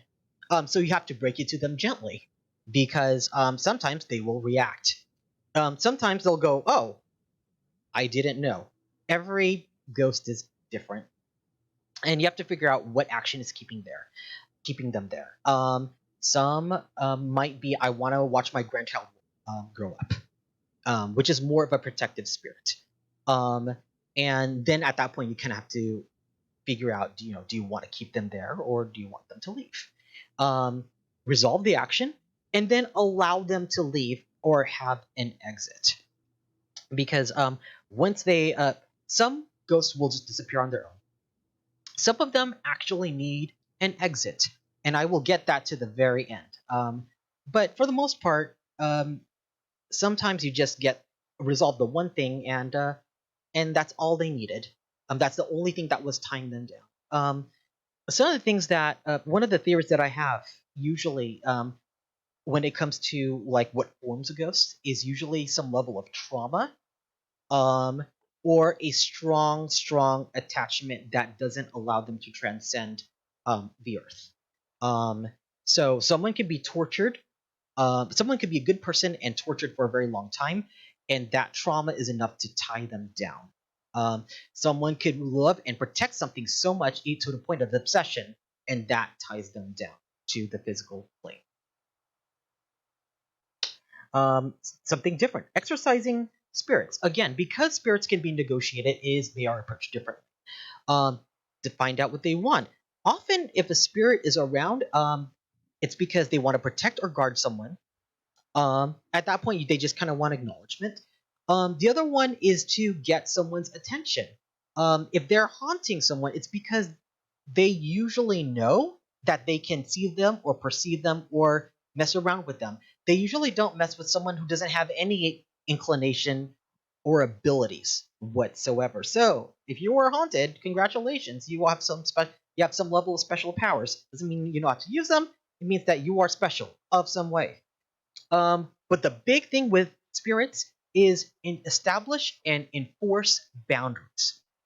Um, so if you go to a spirit and say, "This is my house, you are not welcome here," um, that's sometimes enough for them to kind of go, "Okay, it's time for me to move on." If they want to value, or if they want to be an unwelcome visitor, then things escalate. But usually just have to like be determined. Some spirits play on the idea that you can be cowed and be afraid, and therefore uh, they bully you, or they perform a bullying action on you to get you to do what they want. But really, spirits usually only have as much power as you give them. So whatever you consented to them, that's the only power that they have. So you give them no power, they usually can't do anything. If they don't subscribe to the faith, it generally will not work. So, as I said earlier, invoking Jesus' name to remove a fae, it generally doesn't work because they don't subscribe to it. If they happen to be, very Catholic, very Christian, very demonic, it might work. Sometimes it works. Sometimes it doesn't. Sometimes they don't care. I have seen a case where and uh, an entity that did not subscribe to the faith left when they evoke the god in Christian gods or Christian mythology, and that's because they did it continuously for 3 days. At that point, the spirit left because it was so annoyed, not because it was effective. They were just annoyed and persistent. And then ritual, if needed. Sometimes they just want a ritual. I have seen a ghost leave because they have asked someone to perform the hokey pokey. I am not kidding you. They asked them to perform the hokey pokey. I want you to do something ridiculous. Why? Because this house is very serious. The logic in this doesn't always make sense, but as long as you do it and there's an effect, that's what matters. When entities use force, I'm going to get into the areas that people don't ever talk about. When entities use force, entities are susceptible to items of faith or anything with spiritual resonance energy. These examples: holy water, blessed weapons, stones, stones imbued with energy, cocktails with intention. The reason why these are important is because in the case that you have to deal with something with any entity with violence, they have to be able to feel it. I will bring this out later, but one thing that I have with me on my exorcisms is my grandfather's sword. My grandfather was a devout Catholic of the Knights of Columbus. I also wear my grandmother's rosary. She had it blessed by the Vatican. Because my grandmother and my grandfather were very religious, those things are used to protect me. If I use it against an entity, they will feel it. It will hurt them. Next, attacks can be physical and translate into bodily pain. So if a ghost tries to hurt you, it can hurt, just like something like someone knocking you. But the thing that people don't realize, it can also be shifts in mood, feeling, sudden depression, sudden urge to self-harm, energy drain, etc. So one time when a ghost tried to swipe at me with its claw, or a demon tried to swipe at me with its claw, I suddenly had this feel of worthlessness that was that's hard to explain. I didn't feel it in the middle of it because of adrenaline, but I felt it afterwards. So be aware that that's one method of attack that they can do. Number three, do not lose focus unless you are firmly disengaged. Just like Dungeons and Dragons, there's a 5-foot rule. If the moment you take if you are fighting someone, whether it's LARPing or fencing, the moment you don't pay attention to them, they will attack you. You have to treat this as something serious. And number 4, most importantly, not all entities that use force need force to resolve their issue. Ghosts throwing tantrums might throw you against a wall. Sometimes they just need someone to who acknowledges them and listens to them. That's a much harder thing to do because you are putting yourself at risk, but not everything that has, not every ghost that has a gun or fist needs that to be resolved. Um, and the final part, putting things to rest, advanced. These are things that we really don't talk about, but some people who do have the ability to um, put things to rest. These are things that you need to be aware of if you manage to resolve their issue and you need them to leave. Number one, if you are displacing an entity into another non-material plane and not just out of a domain. So, if you want to send a spirit, commend them to heaven, commend them to another place, even throw a spirit to hell because it is a demon. Number one, this is something that people don't think about. Always ask permission before sending an entity to another realm. Reason for this. Number one, if you throw a spirit into another house, you have to make sure that they're aware and can help you and transition out. If you want to get a Fae out of the Fae and go back to the Fae realms, you ask a Fae from that realm, hey, I am sending this person back. Do you have room for this person? They say yes, they understand, they're now ready to receive. Because if you throw things into a realm and you don't ask for it, they will either come back, they will either block them, and or in worst cases, you will piss someone off. Always get confirmation. If you have permission, otherwise they don't have to accept it. If this one realm does not accept, you can ask other realms. And just because it's a Fae doesn't mean you can't send them into other places. You just have to figure it out. Number two, threaten presence with a time limit to leave. Again, most ghosts don't have an idea of time. Spirits also don't have a vague idea of time, but if you enforce your boundaries, they are committed to leave because you're giving them a grace period. You have 3 minutes to leave. You have 5 minutes to leave. And you mean it. You kind of have to look at them and you have to mean it and you watch them go. You do not turn your back. You watch them go. And then to close the ritual, you close the portal and you close the door. Once you close the door, double check everything, make sure everything is sealed, and you are good to go. That's my advanced rules when it comes to exorcism. Another disclaimer, I have not talked about this area of my life for a very long time, and it's the first time I've been able to present this as a lecture, and I don't intend to do it again. This is the only time I will do it. The end.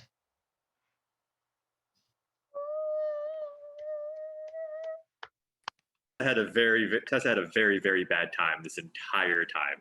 I apologize. I'm sorry. I just am a chicken. I don't like the supernatural because I'm a chicken. Oh, I'm sorry. We Don't need to be. make gifts off the VOD. I am so sorry. No, that's okay. Anyway, I'll give you your time. Thank you. It's like a second disclaimer, but I'm gonna count it towards your time because you're already past 9 drinks, and that's a lot. I can help you. Thank you. I'll help. Okay, thanks. I guess I'll help too. Tessa. Yeah, this has just been a bad time for you, Tessa. First, you have shadow people. Now you have spirits and ghosts. There's sea monsters and stuff. It's just not been good for you. I understand logic, but you know what really freaks me out? Like ghosts and like demons and stuff, like spirits, like Sylvia Brown freaks me out. Like I can't handle it.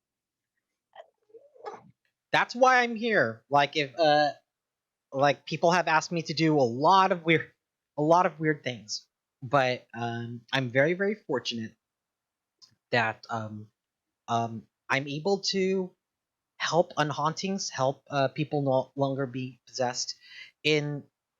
So people call it's both a curse and a gift. Because once they have their life back to normal and knowing that they went to therapists, they went to other people, they say, I'm not crazy. And I'm like, no, you're not. You're haunted. And that's a hard thing to say. That sounds a weird thing to say. And I gave them their life back. For me, that's such a great feeling, but it's hard to explain to other people. Can I ask a question? Absolutely. So I'm currently learning like spiritismo and spiritism under someone, and I noticed that a lot of this kind of there's a very like cultural difference, I feel like, in the handling of the supernatural, where a lot of the things you're saying, I feel like and I feel like through learning other stuff is about like respect first and foremost, and respect of the dead in a certain way that I think we're taught in Western cultures to like strong arm our way through everything, including how we handle these situations. So I was wondering if you've ever encountered a situation where it was made worse because of the person's handling of it. Yes. I'll do all the short answer was yes. And often I explain, usually it's the Jesus thing. It's because what it is like you're basically shouting at a spirit, but you're not listening.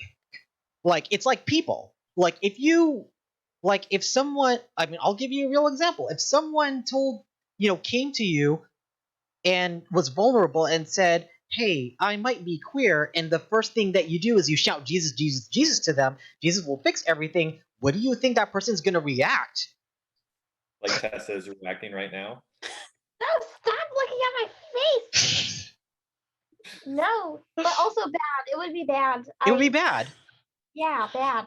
And so, in a way, it's not so much respect that you treat, but it helps if you treat them like a person and you try to figure out what's wrong rather than automatically assuming that they're your enemy and they want to do you in. But understandably, because it's so hard to talk to something that most people can't perceive and they think you're crazy, there's like so many levels that people are worried about. The thing that I help with people with is just I don't judge them. I just figure out what's going on. Why do they perceive things that way? Then I listen and I'm like, okay, now that I know it, I now have information to figure out how to solve people's problems. Essentially, you're a problem solver if you are an exorcist rather than a battler. That's So, usually what it is.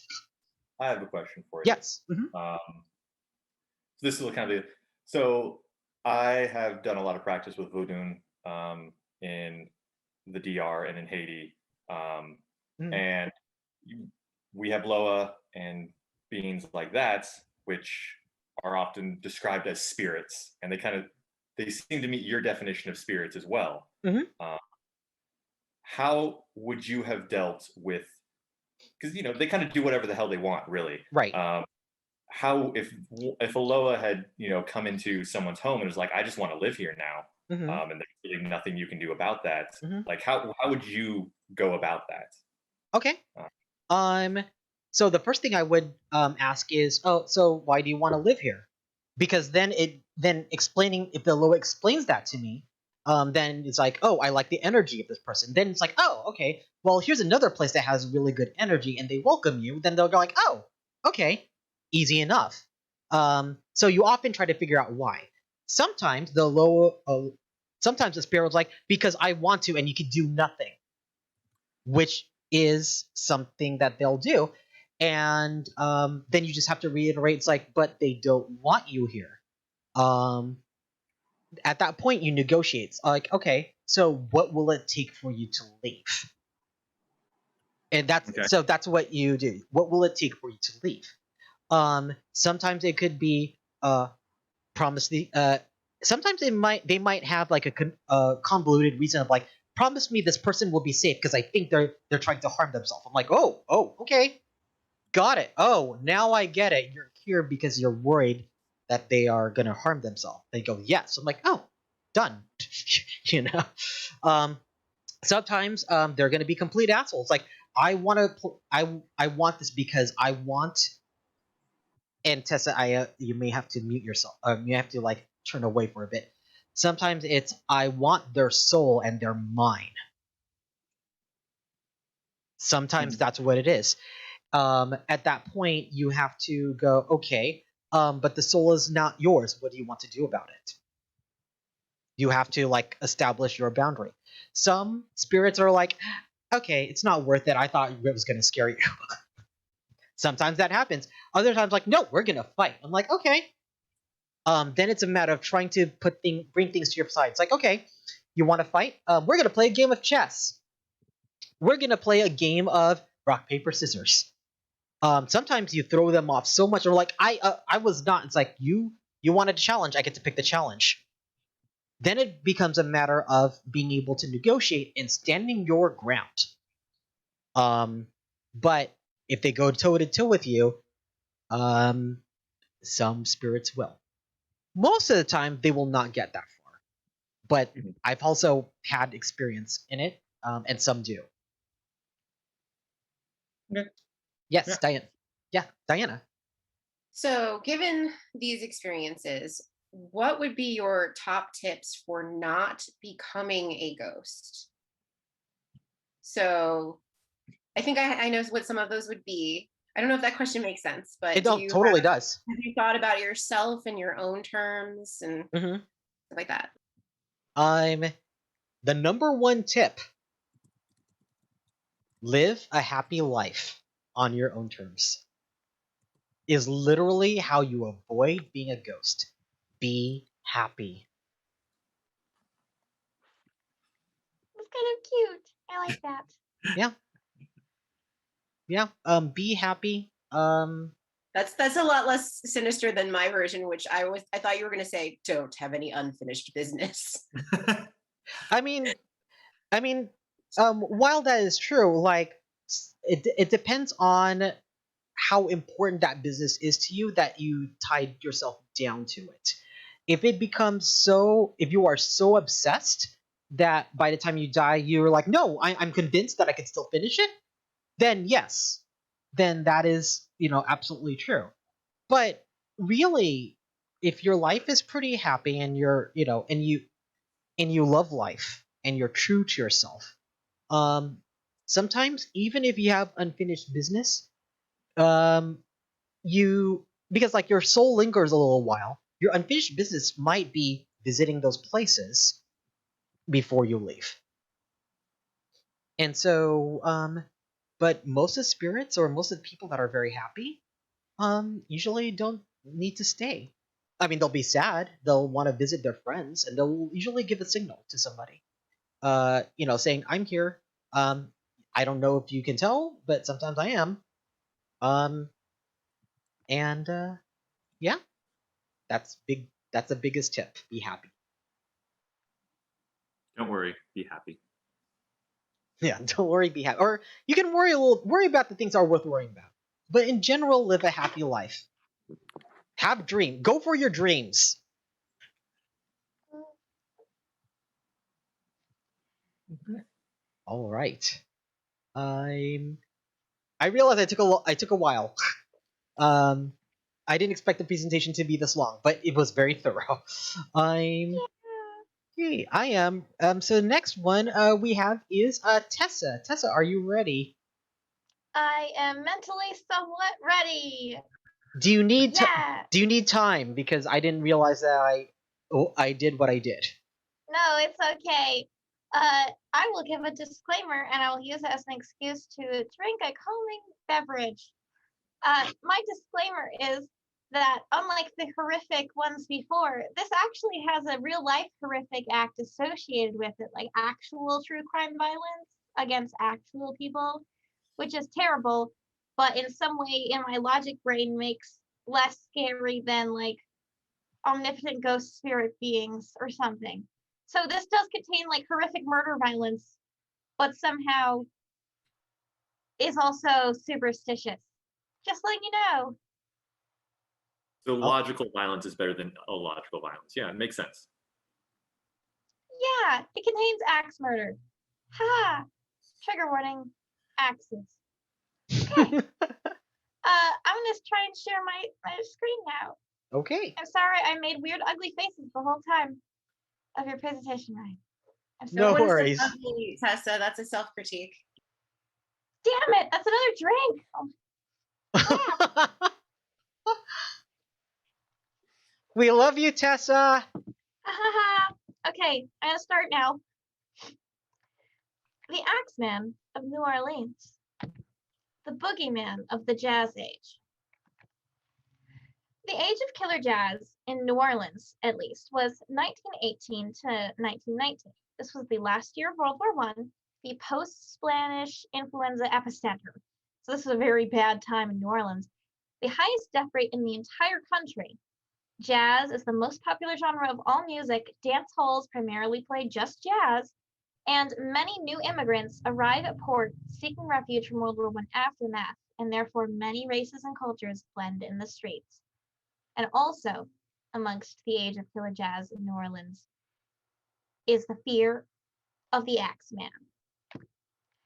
I'm going to read to you verbatim the Axeman's letter. This was a real letter sent to the newspapers in 1999. Hottest Hell, March 13th, 1999. 1919. I'm so scared already. Esteemed mortal of New Orleans, the Axeman. They have never caught me, and they never will. They have never seen me, for I am invisible, even as the ether that surrounds your earth. I am not a human being, but a spirit and a demon from the hottest hell. I am what you Orleanians and your foolish police call the Axeman. When I see fit, I shall come and claim other victims. I alone know whom they shall be. I shall leave no clue except my bloody axe, besmeared with blood and brains of he whom I have sent below to keep me company. If you wish, you may tell the police to be careful not to rile me. Of course, I am a reasonable spirit. I take no offense at the way they have conducted their investigations in the past. In fact, they have been so utterly stupid as to not only amuse me, but His Satanic Majesty, Francis Joseph, etc. But tell them to beware, for it were better that they were never born than to incur the wrath of the Axeman. I don't think there is any need of such a warning, for I feel sure the police will always dodge me as they have in the past. They are wise and know how to keep away from all harm. Undoubtedly, you, Orleanians, think of me as a most horrible murderer, which I am, but I could be much worse if I wanted to. If I wished, I could pay a visit to your city every night. At will, I could slay thousands of your best citizens, and the worst, for I am in close relationship with the angel of death. Now, to be exact, at 12:15 earthly time on next Tuesday night, I am going to pass over New Orleans. In my infinite mercy, I am going to make a little proposition for you people. Here it is. I am very fond of jazz music, and I swear by all the devils in the nether regions that every person shall be spared in whose home a jazz band is in full swing at the time I have just mentioned. If everyone has a jazz band going, well, then, so much the better for you people. One thing is certain, and that is that some of your people who do not jazz it out on a specific Tuesday night, if there be any, will get the axe. Well, as I am cold and crave the warmth of my native Tartarus, and it is about time I leave your earthly home, I will cease my discourse, hoping that thou wilt publish this, that it may go well with thee. I have been, am, and will be the worst spirit that ever existed in either fact or realm of fancy, the Axeman. This was sent out to a newspaper in 1919. Thursday night, March 19th, 1919, when all the people of New Orleans obeyed. So this is the cover of an actual published book of jazz music called The Mysterious Axeman's Jazz, Don't Scare Me, Papa, that was sold in stores specifically before March 19th, 1919, but after the letter was published, so that you could, in fact, buy jazz specifically to play in your house to protect you from the overwhelming spirit of the Axeman. But why did they fear the Axeman? He's not just mythical. During this time, he was a concrete fear for many reasons. The Axeman actually attacked, as in true crime. These were things that happened in real life. He brutally attacked people in their beds at night with straight razors and axes. However, it's important to note that he used the victim's own axes and straight razors in these attacks. The victim's own chisels which were typically left outside during this era because they were used to break wood, were used to remove wood panels from back doors to break in. There was no robbery reported in any of these crimes, merely only breaking and entering and murder. They leave weapons and chisels and bloody clothes at the crime scene, and being 1919, there's no forensics to really help you out. Who the Axemen attacks. The Axemen in this time period killed mainly Italian immigrant and greengrocer families. So people who came to New Orleans that were Italian immigrants and also greengrocers. So they sold vegetables, essentially. They were a supermarket family. They seemingly didn't discriminate at all otherwise. They attacked children and elders and men and women and pregnant women, people ages 80 to 2, and wives and mistresses. Everyone across the board could be a potential victim of the Axeman, which is why they were so scary. 12 victims were injured and 6 were ultimately killed. Some survived, but none remembered who their killer was, in part due to brain trauma, because the Axeman always tried to go for the head, which is terrifying and horrific. These are real historical pictures of the doors that the Axeman broke into. Notice that the little panel in the bottom was missing. They know then that the Axeman had either an arm long enough to reach up and grab the doorknob, or was small enough to fit through the panel. This is an image of a store in which the Axeman entered through the kitchen and attacked people in their houses. And this is a historical newspaper showing 2 people who survived an attack by the Axeman. Notice they had head injuries and covered them with hats or showed off their scars. And a pistol threat silenced the wife that saw the throes of the Axeman. Who will be next is the question Italians were asking, making some people suspect that this was targeted towards Italians and greengrocers for more than a weird devil reason, but like racism or xenophobia or something of the sort. Now this is interesting. It's a map of everywhere the Axeman hit, and everywhere that they attacked, there was a typical type of shape to the store they attacked. So people are unaware or unsure of whether the Axeman purposely attacked Italian greengrocers or if Italian greengrocers purposely chose buildings that are this exact shape in which there are living rooms behind the store that are easy to break into. Vice versa, we're not really sure to this day. Who was the Axeman in 1919? No one is certain, as the Axeman was never caught. All descriptions of the victims vary widely. Some people accuse their next-door neighbor. Some people accuse the devil himself. Especially after brain trauma, no one could confirm or corroborate with each other after these attacks. 6 suspects accused or imprisoned after this. People accused the guy next door, the butcher over there, their best friend even, but all were released after a verdict or no evidence could be produced. In general, the one vague consensus that people could come to was that a heavy-set man who wore a dark suit and slouched hat was the Axeman. But many people at the time continued to attest, especially based after that horrific letter, after which there were no more attacks after jazz rang out across almost the entirety of New Orleans, that it was the devil, or a spirit that called themselves the Axeman. The Axeman pictured. So Edouard Martel was a French photographer who traveled across the USA in the early 20th century, testing his cool new invention at the time, a camera with an automatic exposure setting and a shutter mechanism attached to an adjustable timer. This was crazy back in the day. They didn't really have automatic cameras.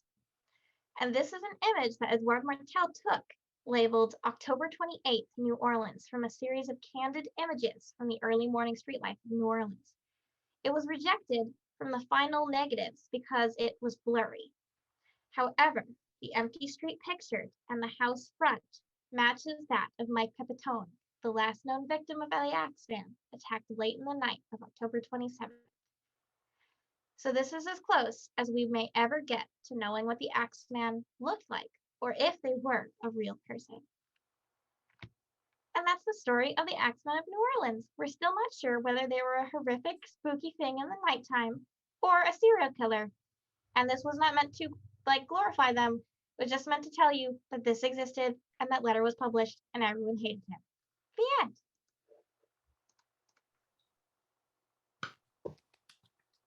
So no serious crimes. Yeah, only like Yeah, I killing like noticed 6 that. There was people with no a freaking crime except all of axe. these crimes. Anyway, that took 10 minutes, so it's like 3, 6, and 9, and a disclaimer, I guess. You can have one, Diana. I will refill my my drink and drink to Jazz. Jazz is fantastic. Yeah, Like Jazzy Yes. murder. But was So, Big on that Jazz? note, what connection did the Axeman have with like Austria? Like, why did the Axeman like figure that Joseph, the Emperor of Austria, was like the devil? I think they thought in their mind that Francis Joseph was in hell, and therefore they would like, that's the same, right? That's fine. It's the same thing. He's there, right? I live there. It's cool. Luke in hell. Fine.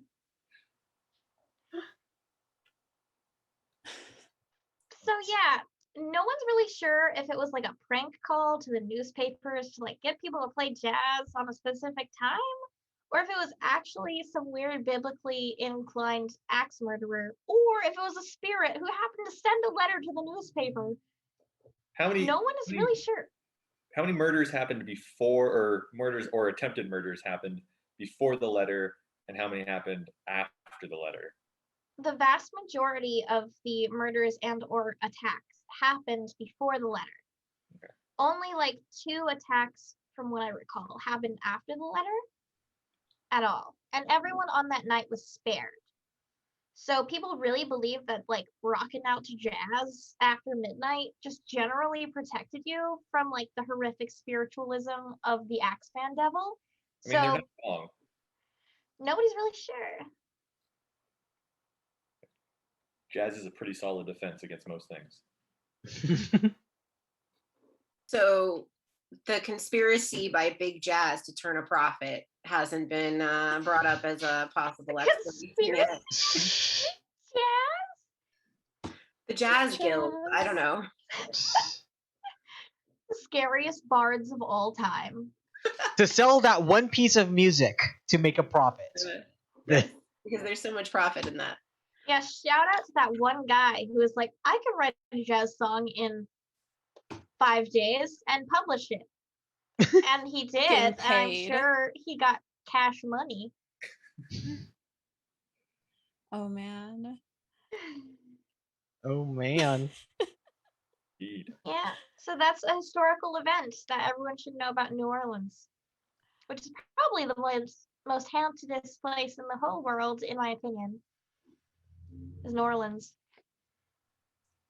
Anyway, someone else should go and be less creeped out. All right. Rachel, are you ready? Yeah, I believe I am ready. Let Mhm. me see if I can use technology. Oh, And wait a second. I have to share my screen first. Yep. Let me know when you want to start. Okay. Am I at least sharing at this point? Not yet. Nay. How about that? Yes. Now There we you go. are. All right. Perfect. Oh my goodness. Okay. Go ahead and start. Okay. So I'm going to be talking about occult currency and the esoteric history of the $1 bill. So Freemasonry is the largest worldwide secret organization, and given the number of Freemasons who were America's founding fathers, it is not unreasonable to say that the Freemasons had a substantial hand in building America. And some say that one president wanted to make sure that we never forgot it. So, like I said, tonight we're going to be talking about the esoteric history of the $1 bill. But first, let's see. Oh my gosh, I can't get the thing going. Here it is. This is my shameless plug. Mm. I also make a podcast, and it is called Life Mancy, and it is all about how science, history, and everyday life relate to witchcraft and the occult. So let's get back to the occult. I'm going to start with a little history. These are essentially the first $1 bills. Abraham Lincoln was the president that said, go ahead and make a bill. And it was in 1862 that the first, what they call legal tender note was created. And Samuel P. Chase put his own portrait on it. This was the treasurer at the time who created the bill. And so, yeah, he just decided he was going to put his face on it. And then you have some people that were like, why is this random dude on our money? And they switched it to George Washington 7 years later. After that, there is something called silver certificates, and the silver certificates what they passed out when people were turning in their silver dollars. And so they put Martha Washington on that one. And fun fact, she is actually not the first woman on US money. Pocahontas was. She was on the back of the 20. And yeah, and so it wasn't until 1928 that you would recognize this is the Federal Reserve's standardized dollar. But the back looks kind of weird. And the back is what they wanted to change in 1935. So this is our participation part of the program. Anyone want to guess what's wrong with this bill, the back of this bill? Have any idea? Look Like- at the eagle and the pyramid. I was just gonna say, how many arrows is the eagle holding? It's simpler than that. Like it feels wrong, but I can't say Oh, why. it's the opposite. They switched them. Right. So in 1935, when the Treasury redesigned the back of the $1 bill, they took this image and sent it to Franklin Roosevelt, the president, FDR. And this is what he sent them, or this is what the Treasury sent him. And these are his notes. And it's so, I kind of love the fact that he doodled on it. He doodled the pyramid and the eagle, like his little eagle is like this little strange little doodle, but he switched them. And the swapping of the pyramid and the eagle was very, very strange. And I'm going to explain why it was very strange in a minute. Because the eagle and the pyramid are the Great Seal. And if you could think of the Great Seal, this was sort of the symbol that was America. And it was created in during the Continental Congress. This was back at the formation of the country. Anyway, if you imagine the Great Seal like a quarter, the quarter in this case would be like the back of it would be heads, and the portrait, which also happened to be George Washington, would be tails. So when we read from left to right. And the primary position, the first place that your eyes go on the back of the dollar, was considered the primary position, with the other one secondary. So FDR made this super weird change where the back of the coin, the tails, was sitting in the primary spot. And so there are a lot of people, well, I should say it is super weird until you realize that FDR was a Freemason. And it was sort of like a little nudge that says, hey, just gonna let you know there's some Freemason action going on in here. But they also, people think, like conspiracy theorists think this is the calling card of the New World Order. And the New World Order is a sinister organization of global elites pulling the strings of political leaders, corporations, and other global actors in order to take over the world. And you have to think of the New World Order as basically like if the Freemasons and the Illuminati had a love child, the baby would be the New World Order. And they point to this pyramid as proof. So zooming in to the pyramid, I took this picture with a real dollar bill. I used a jeweler's loop in my camera, so it's totally legit, and I'm kind of proud of that. But anyway, it was a combination of these symbols that said, well, there's this new world order. The Eye of Providence was an occult symbol representing divine providence. And for Freemasons, it represented the great architect of the universe, or God. Then you have Annuit Coeptis, which was sort of like this has favored undertaking kind of idea. But it's really when you get to the Novus Ordo Seclorum that they got real excited, because it says New Order of the Ages.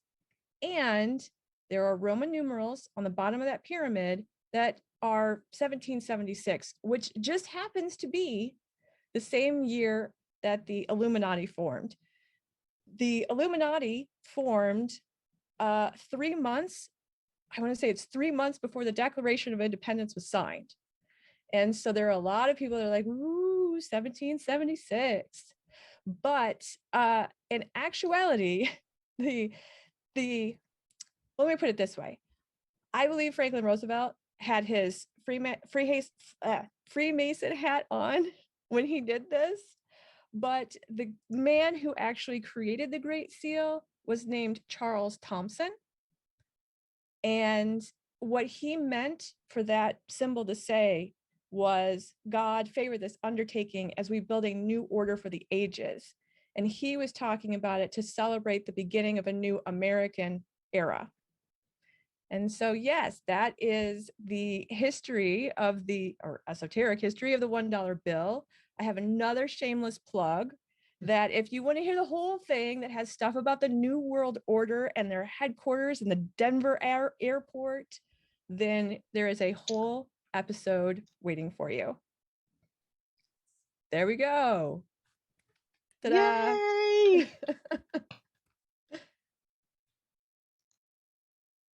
I will never Any look at money questions? the same way again. Oh no, money's weird. You have no idea how weird money is. So where's the treasure map? That's what's really important. Yeah. National treasure. I guess we're all New Order though, because we're in America. Well, perhaps we all want to take over the world because it's America. The New Order are the friends you capitalize along the way. I have a question. Sure. There's a big, not debate, but kind of skepticism around the Illuminati. Do you think the Illuminati is a real organization, or it's just like a concept or something fake? Well, the Illuminati was a real organization. They actually formed in 1776. I think they disbanded a few years later. They didn't last very long, but they absolutely did exist. And so another thing on this pyramid is that there are 13 steps on the pyramid, and it is for the 13 colonies, but some people say it is for the 13 bloodlines of the Illuminati. Right. So instead it is this, and I'm like, are we all just suddenly playing Vampire the Masquerade, the 13 clans? And yeah, so I mean, Well, so with that 13, I know that, so this is going to get a little bit dark with the amount of anti-Semitism in the world right now. But a lot of times the New World Order and the Illuminati has been tied with Jewish people and them taking over the world and that bullshit. And that there's 12 tribes of Israel, but there's also the lost 13th tribe of Israel. Is there anything tying that to those 13 I'm sure things? that I'm sure there is conspiracy theory dollar bill origami. If you fold the bill in certain ways, it will make shapes. And there is this I have another picture that has a little owl that is kind of tucked into the dollar. And some people say that is another symbol. So really, I feel bad for this Charles Thompson guy. He was the second secretary of the Continental Congress. So here's this guy. He's not a Freemason. He's in 1776. He worked with Benjamin Franklin, John Adams, somebody else whose name I can't remember. And they're like, we're going to make this great seal. It's going to be awesome. Benjamin Franklin was a Freemason. So he might have like slipped some ideas in there. But for the most part, no, this guy is like, I'm making this thing. Look at it. And everybody is like, world domination. Clearly, this guy had this thing from, what is that, 200 years ago? Somebody do math. 250 years ago that he was going to try to take over something. So, no. I guess I was so weirded out by the dollar that I forgot to give you your time. So that'll be 3 and 6 because you didn't surpass 8. So 2 drinks. Well, then that is easy. I can handle my own responsibility on that one. Unlike the guy who invented the Great Seal. He had no idea what he was doing. Poor son of a gun. Yeah, I love that they have like the 13 like steps in the pyramid. That's a thing. And they don't talk about the 13 stars or the 13 arrows or the. Oh, they do. I mean, there's a whole thing. Like I said, that's why I did the whole podcast episode is on all of these things. But they're so in West Wing, Aaron Sorkin wrote this thing about which way the eagle faces is based on whether we are in peacetime or war, which is bullshit. It's not real. You know, like. Or Sorkin will go weird places. Exactly. So there are arrows, there are stars, but all of these things were symbolizing things that are concretely in the foundation of America, but people have taken all of this and decided it's actually something else. But I will say, I want to say there were 12 Freemasons among the founding fathers. So, and then Benjamin Franklin, you know, maybe was like, hey, let's get all of our Freemasons in here, you know, and do like a 13 thing. I have no idea, but they definitely had a substantial hand in building America. So you said there's 12 known Freemasons. So what about the secret 13th Freemason? Right. So instead, the 13 is that. It's not 13 colonies. No. It's the 13 Freemasons who signed the Declaration of Independence. But there is a chunk of Freemasonry in presidents, in forefathers. Like, I don't know. The only thing, you know, I told you, well, I asked you, which superstition do you believe? Yeah. My thing that I believe in this is that, like, I really do. I don't think the Freemasons now have it, but like 200 years ago, I do think the Freemasons had a meeting and said, we are going to create a country and we're going to see how it goes. In capitalism, that's how.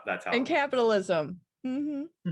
Have you looked up like Bohemian Grove theory stuff?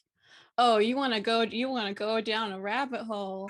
That's supposed to be like the current version, I guess, of these things. Oh, I do know what you're talking about, because wasn't George W. Bush supposed to be there? Yeah, like Elon Musk just joined. And they had the big thing, they build the man or the thing. Right. They kill, like, what is it? They kill compassion every year or something. What? Yeah, weirdness. And then there's a statue. I want to say it's like stuff. Lilith. There's a statue of Lilith constructed or something. Yeah. And they go pee on things. I'm not even kidding you. They run around, they go pee on stuff after they go kill compassion. Mm-hmm. You gotta mark their territory. Don't.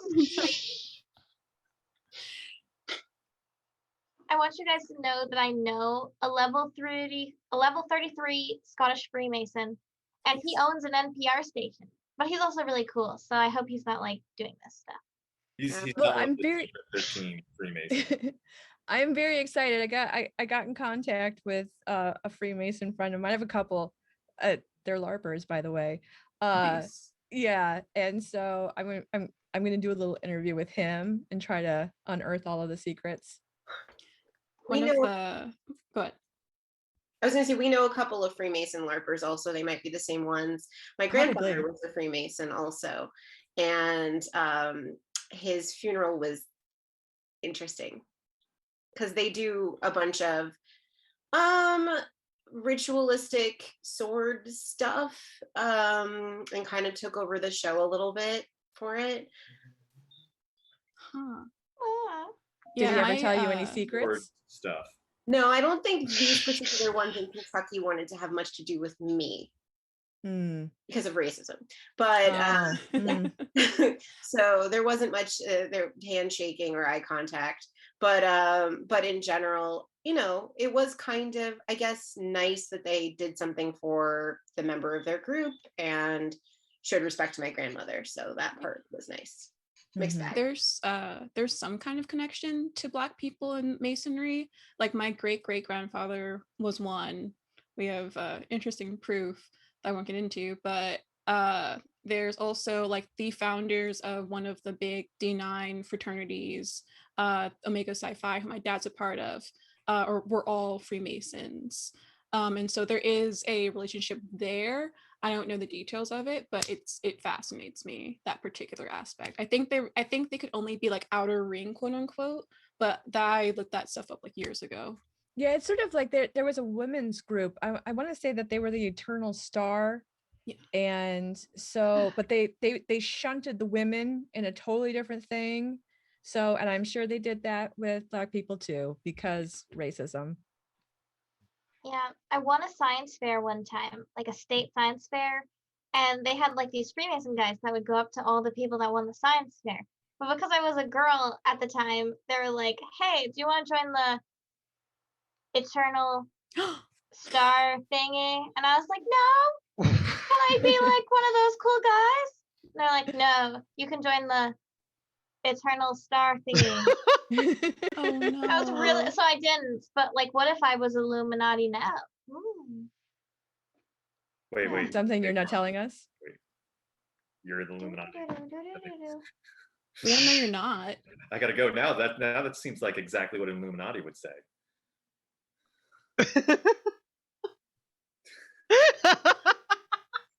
God. Just saying. Oh my god. Anyway, we should move on. Yeah, all right. All right, Bria, like final lecture for tonight. Are you ready? Oh yeah, I am. All Oh right. gosh. Let me share my screen. Mm-hmm. Let me Oh know when you want gosh, to start. it's like staring down an infinite mirror. Okay. Yeah, let's start. So channeling as a storytelling process.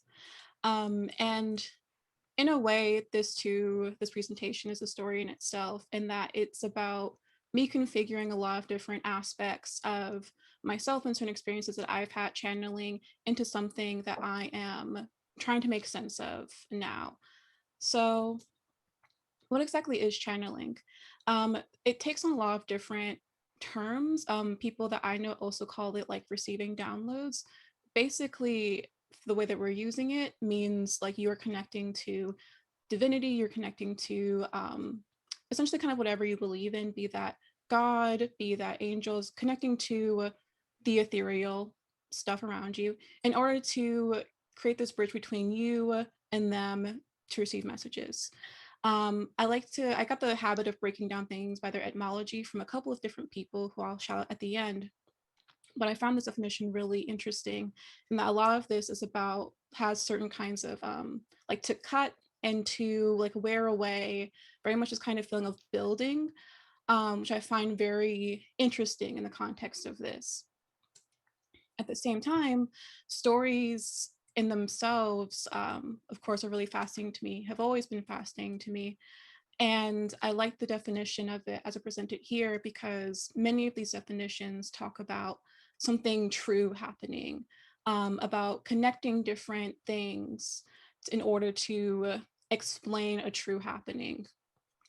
And when I think about the ways in which I kind of got into storytelling, one, it was very verbal, which is why I think throughout this is more of a focus on me kind of verbalizing things.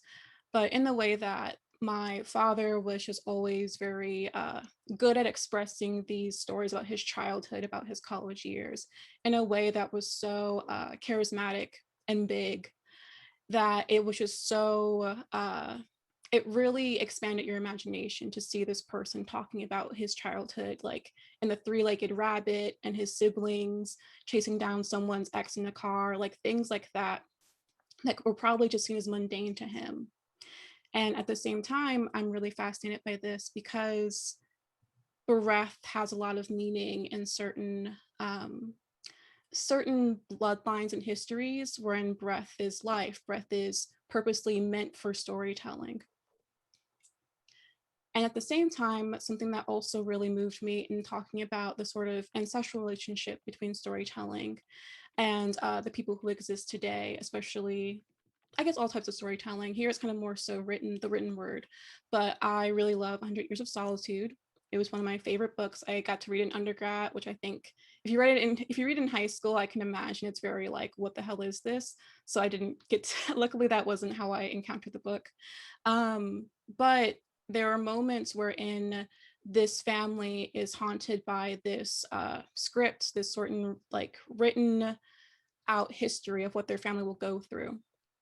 And they spent, like, different people in this family spend so much time trying to decipher it.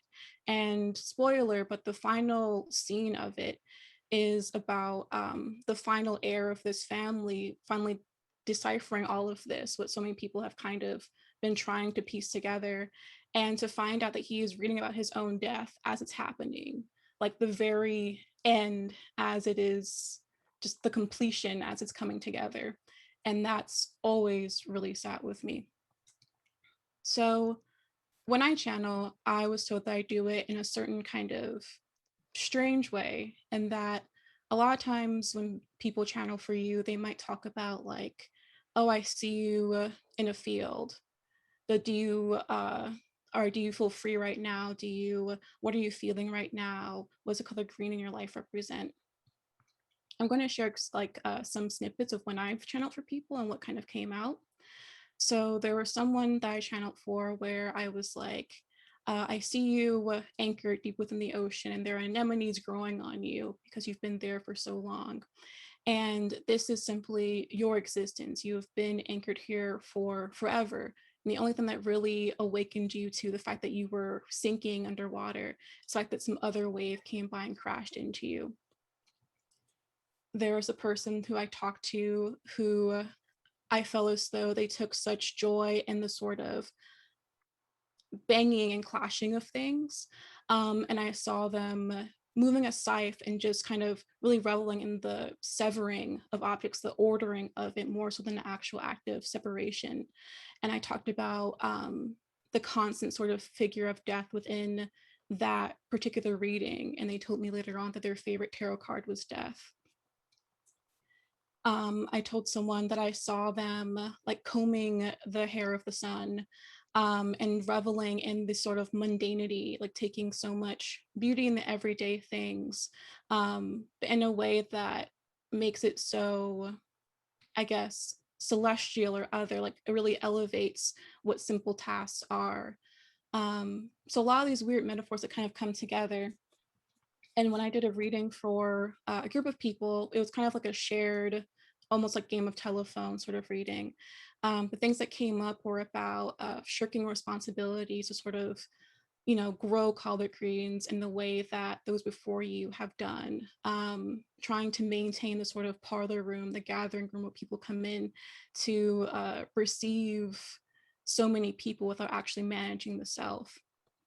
So a lot of strange metaphors when I personally channel, it's a lot of just fast talk, a lot of fast, just like pictures basically that come up. And what's interesting to me is that this just basically feels like what I do for work or what I do whenever I make anything. Where essentially it's not nearly as neat as this ever. I just need like a picture for this slide, I felt like.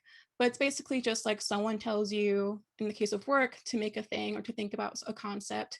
You cry about it, struggle, pull something out of the ether, and then you ideate on it. Is this telling you, is this saying what we need to say? Is this accurate to what we're trying to do? If it is, like, we kind of continue with that knowledge and we kind of continue down that path. If not, we kind of come back and try to see what we're actually trying to say. We're trying to sort of perfect the idea of what we're trying to put together. So to back up a little bit, I got really deep into, I've always been spiritual. I've always like really been into that sort of stuff, but I got deeper and deeper into it in 2020 in the midst of everything happening. But at the beginning of that year, I got 2 tattoos. They look cooler than these, but one of the magician and one of the empress. And I bring this up because the magician is supposed to represent this will, essentially the naked will, the desire to put something forward, to manifest in the material world. The empress, meanwhile, is perfect abundance. She has basically done what she needs to have this like abundance of wheat all around her. There's all this fertility all about her. She has all these stars on top of her head to represent this like celestial grace. Like this is this beautiful kind of, basically you always have money. And I was like, yeah, sure. I got them because 1 and 3 in my life have significant meaning. But in the midst of that, because of the placement of my body, reading 1, 2, 3 on my arms, that made myself the second card in the major arcana, which is the High Priestess. And I found that really fascinating in terms of how the High Priestess is handled, typically what she kind of brings up and what she means. And I wanted to bring up Gabby Herstick's sort of interpretation of the High Priestess card, wherein she talks about the High Priestess basically constantly being on this journey within the dark, being the person kind of goes through the unknown and brings back some kind of, light, this thing, this emanation that did not exist before. And in particular, she talks about the Kabbalah and the Tree of Life and how she exists on this path between Kether, the crown, and Tiferet, the Tiferet, which is beauty. Excuse me, because I'm not going to get any of these names right, probably. What's important though, the Kabbalah itself, you can do like so many classes on it because it's so layered and so complex. But the basic idea is that this is the tree of life representing how things kind of come into manifestation. So at the very, very top, Ayin Sof represents the infinite, essentially. Kefir or Keter is all the way up here, representing a pure will to exist. Which is funny because it's not even the recognition that you are an entity, that you are a being at all comes into this section right here. It's not the first thing that you encounter. It's basically meaning that the will to exist comes before the recognition that you are a being of your own, that you have a singular existence. And then the Tiferet exists here, and there are all these different lines leading to and from it, because basically this is the the place of unity, this is the place of beauty, where all these different concepts kind of come together. And so this act of channeling, of storytelling, becomes related to this act of moving from something that wants to exist, that there's just simply this naked will of this thing that wants to have a presence, and trying to basically give it a presence that is beautiful, that is balanced, that you try to introduce it to that sense of perfection, quote unquote, and balance, which is a combination of so many different things that, again, the Kabbalah, so many different things are attached to it. So in the way that, talking about how reading, what words a reading chooses, basically, or what medium a creative project manifests as, be it, I want you to talk about anemones. I want you to talk about combing the hair of the sun, or, perfecting a certain line in a poem or in a piece of work. I think there's a lot of questions over what exactly you're doing, because I think that if you are like me, at least, it begins to feel as though these objects take on a characteristic of their own and begin to be separate from you. And it seems to almost be like these projects have a will of their own, wanting to exist outside of you and have their own kinds of demands. So if this, if a project that you're making, for example, begins to take on the life of its own, what are you doing when you try to make it? Are you decorating it? Are you trying to beautify it, in the sense that you are trying to give it a certain form that feels closer to that sense of balance? yeah, and then I thinking about how just people being told, to be channeling for someone, there's always a sort of joy that kicks in. I think because being told a story about you and yourself allows the person, the audience, to feel like this mutable material, to feel like they're not this complete figure, but are basically, excuse me, basically subject to different times of interpretation. I'm not going to get into the other part. It's getting late. But basically, with me listening to a lot of these figures, I found fascinating because they embody that kind of trek between the will to be known and like the balancing and beautifying act. And there's also that relationship to like even how beer and alcohol is processed actually has the same relationship in a lot of these stories. But yeah, these are people that I've learned from just throughout space and time. Thank you for dealing with my garbling, trying to understand very, very extreme concepts. Yeah. You did.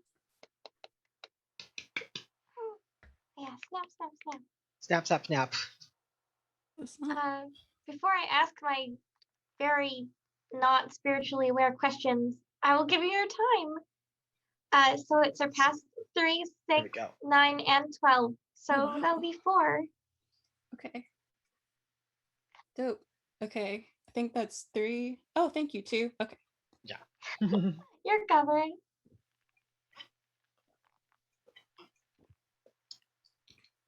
I guess I have a question or like a comment, I guess. Yeah. So going back to like the Keither stuff, do you think there's a distinct difference in this kind of system in which I guess willpower and sentience are different? Because that's kind of what I drew from it, if that makes any sense. Can you say that one more time? So like willpower, which Mhm. is like doing something, even when you don't know you exist, Mhm. is different than like sentience, which is like Yes. being self-aware and crafting yourself. Do you think they're distinct entities kind of in the system? Yeah, actually, I think I really liked that the fact they split it up because I find that to be true. Even just in terms of when you take on, I'm going to go back to like creativity and like project making. So I think it's like easier to like everyone can relate to that. But like you get you suddenly are like struck by wanting to make something. So it's like something wants to exist, and wants to exist through you, but that doesn't have form yet. Like it begins to take on form once you recognize that it wants to exist. Which is very like again very very strange. Like what a last presentation to kind of do with all these like strange concepts. Um but yeah, no, I definitely think that they're separate personally, because I think that basically if you think about everything in the cosmos being like together in this kind of wash of stuff, there has to be a desire to be separate from it before you can actually be separate, I think. The idea has to come into being first before you can actually act on the idea. Yeah. So, there we go. Oh, that made too much sense. Sorry. Is having an existential moment. I know. I think we're all just kind of like processing. Way to go, giving us that right at the end here. Casual. Yeah. For Yeah. me, like listening to the lecture itself was like I went from my logical brain of trying to dissect it to I'm just going to ride because there were many concepts that I'm not familiar with, that were like very much above my head, despite doing like spiritual work for a while.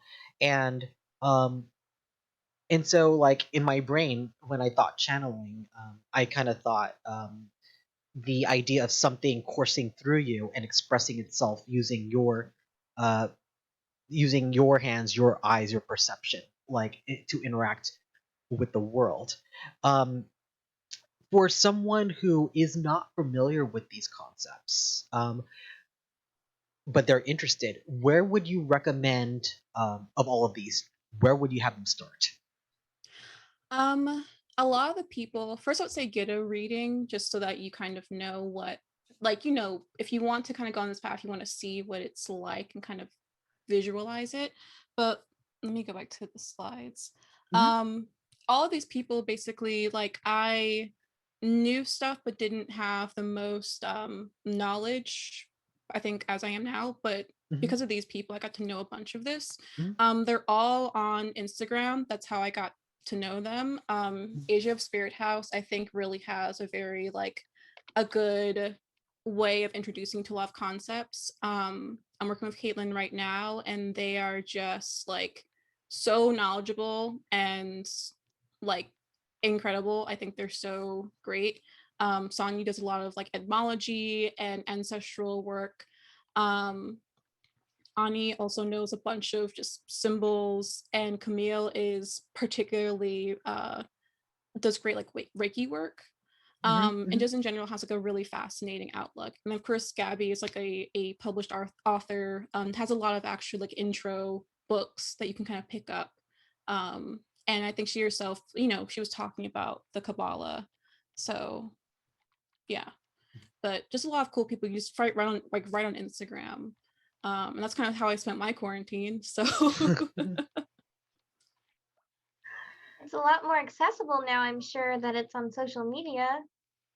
oh yeah, definitely. Like there are definitely things that you not everything is of course is accessible. There is a importance in spoken histories, particularly because so many people were like harmed when this stuff was written down because certain people, witch trials, the execution of slaves, various things like that. Um, so of course certain things stay off record, quote unquote, because to put them down on paper just would almost be disrespectful to people who kind of came before. And even talking about this, like I was very much like I don't want to speak on anything that I am not fully knowledgeable about, and I'm very much still new in this place and don't want to be like, here's everything I know about the Kabbalah when I'm very much learning from people. I don't want to steal their stuff. I don't want to steal their work, Mhm. especially without referencing them. Mhm. Um, yeah, yeah, Diana. So first of all, I want to say I have already Googled and stolen that image of the creative cycle for my digital bullet journal because I love it a lot. And I love that it's a shell because I don't know, there's something, and so I also felt that it was nice that there were a lot of images of the sea in what you were talking about, as well as other natural images. So I like that a lot. I guess my question, I'm not sure if, again, I'm coming from a place of not knowing much. And I don't know if you also mentioned this, but you said that a lot of your channeling is fast talking. But my question is temporal in that do you have to sit and like be focusing on doing this practice to get anything, or is it something that can also push onto you when you're just like on the bus? What is the experience like? If you can talk a little bit more. Sorry if you covered that. Like Ryan, I was trying to take it all in and might have been Mhm. reflecting on a different part while you were speaking to this, if you did. Yeah, no, I didn't actually didn't speak to it, so it's all good. So for me, I definitely so I always felt because people can kind of experience this in different ways, and it's like everyone can be psychic basically, you just have to like exercise those muscles, Mhm. because it'll manifest in different ways. And for me, and it's funny 'cause my mom said something similar yesterday, and I didn't realize that she I thought she experienced it in other ways, but I'm like a body person. So if I always felt like physical sensation and certain things, I would just like always grab my attention. Some people would like see stuff, some people would hear stuff, which I think those things are more common, but also like clear knowing where you're just like, I just know that this is not the path to go on. I just know that she's going to pick me first. Things like that are also kind of common for me. It kind of depends on your relationship with it and your boundary upkeep is also really, really important.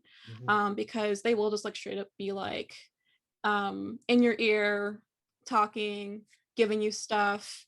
And also just not healthy to kind of exist that way if you're not ready.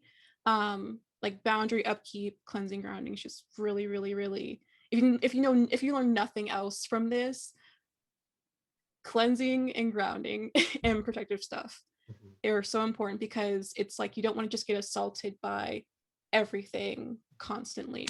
Um, People who are higher up who just do this a lot and have a really, really great control over it, will just, just be in constant conversation with the things around them. Mhm. I think I naturally tend towards that version, but I still have to do a lot of like, like last week I was like, why am I so like out of it? And I was like, I haven't cleaned in a brick, like cleanse, like spiritual cleanse in a brick. Like I haven't like been doing all of my upkeep or like properly shutting off and things like that. So it's really, really important. Like definitely go more cautious and more like here are my strict boundaries, because like, Mhm. real like it can be dangerous. Yeah. So Sorry. no, Um. Speaking to those boundaries, like I have known more than a couple of people who are very much connected in that realm, but because they did not ground properly or they did not form those boundaries, um, they go off to the Amazon and they come back and they believe they are the channeler of the goddess, and they go off reality so far off that talking to them is like talking to an alien because they don't ground themselves or nor separate. They choose to throw themselves into that um, into like a spirit that is because it feels so good without defining the boundary of their own soul.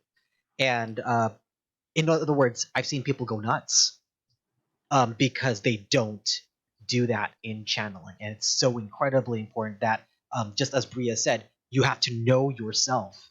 Because if you don't, that entity or that spirit that you're channeling through you, they don't know any better. They will take control of you because you gave them the permission to and didn't say, nope, this part is me. Yeah, like I talking about this is not just like a go out and try it kind of thing. Like you definitely want to have people that you're learning from who are like, because they'll tell you the same thing, like, are you grounding? Are you protecting yourself? And I think that the thing especially can really mess you up, at least in my experience. Mm-hmm. Um, it's like, like I personally have body dysmorphia. Like I was laughing during Diana's presentation because I was like, I should be like perfectly like, am I not like the prime audience for like scary night creatures? But luckily I haven't had them yet, but I hope that now I won't because of to this. clarify, they weren't saying that folks with body dysmorphia are more likely to get it, just that they would have a different version of it that could be empirically validated. Okay. Mm-hmm. Not that they are more susceptible. By the way, cat, so everyone who needs to drink. Oh, cat, drink. Ooh, cat. Kitty. Cat with an X. A cax. But like so I get the kind of I think that body dysmorphia especially kind of makes you want to have a more like ethereal relationship, quote unquote, and that you kind of want to downplay the importance of your body. That's the worst kind of, I guess, like almost like spit in the face I feel like you could do to your existence here, if nothing else. Like your body was given to you for a purpose, and the very least you should do is like honor it, take care of it, and ground into like actual real existence. Mm-hmm. Like people who use spirituality to excuse it's like someone was talking about just blatantly racist stuff, and she was like, well, it's okay, in other lives I was XYZ, and I was like, but you're white in this life, you are in a white body in this life, and you're not recognizing or honoring the fact that you're in this white body. You have to heal the white whatever that you've gone through. You want to go play other kinds of games that you probably already healed if you want to go down that path. So honor your body also in this work, and ground. and protect yourself.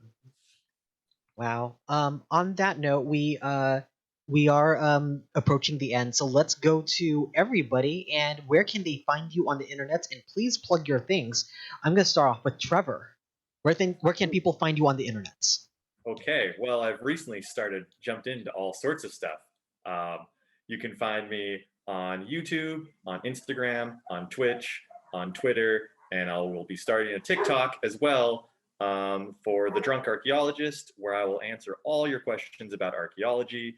And as weird or as serious as you want them to be, I will not answer anything about dinosaurs because that's paleontology and I despise it.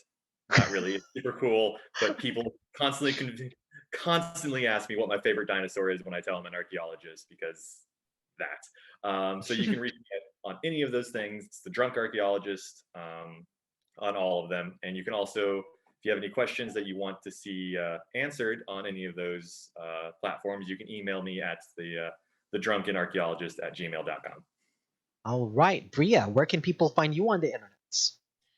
I'm redoing all of my social media currently, so we'll come back to that one specifically. Mhm. But I do have a podcast. It is a real play D&D podcast set in an apocalyptic version of the 70s. So if you like dead things, or if you like platform boots, you should check out Season of the Funk on Instagram, on Twitter.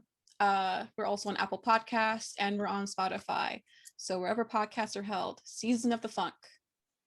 Nice. Rachel, where can people find you on the internet? Well, you can also find me on podcasts Life Fancy and also at Rachel J. Wilkinson on Instagram. And I also just made my first TikTok video. I'm so kind of terrified of this medium, but yes, I just made it. I think it was last week. So I'm trying to figure out the TikToks. I don't know if I'm young enough to do the TikToks, but here we are. So yeah. I feel you on the TikToks. I just followed you because like I don't know what this is either, but sure, we'll make stuff happen. Yeah. Diana, where can people find you on the internet? Yeah, I'm Dr. Diana Leonard on Instagram. So Dr. Diana Leonard, but Dr. On Instagram, and my link tree is in the bio. So that will take you to my Twitter and my academia page if you want to read my publications, including one that I have with Tessa and so forth. So yeah, Dr. Diana Leonard. All right, Tessa, where can people find you on the internet? Oh goodness. I'm on Facebook at Asset Tessa 101 or Asset Tessa 1 or Asset Tessa period. Just it's my name, but then like backwards a little bit. I was named after an Oprah episode in the late 90s. Anyway, palindrome. You can also find me at hourglassescapes.com, where I run escape rooms and a virtual set of escape rooms where I'm an avatar actress with a bunch of crazy accents. So come play an escape room with us at Hourglass Escapes, I guess. All right, and I am your host, Ryan Omega. You could find me doing a couple of things. One is if you Facebook Gaming has the first D&D show called The Maids of Planet 7.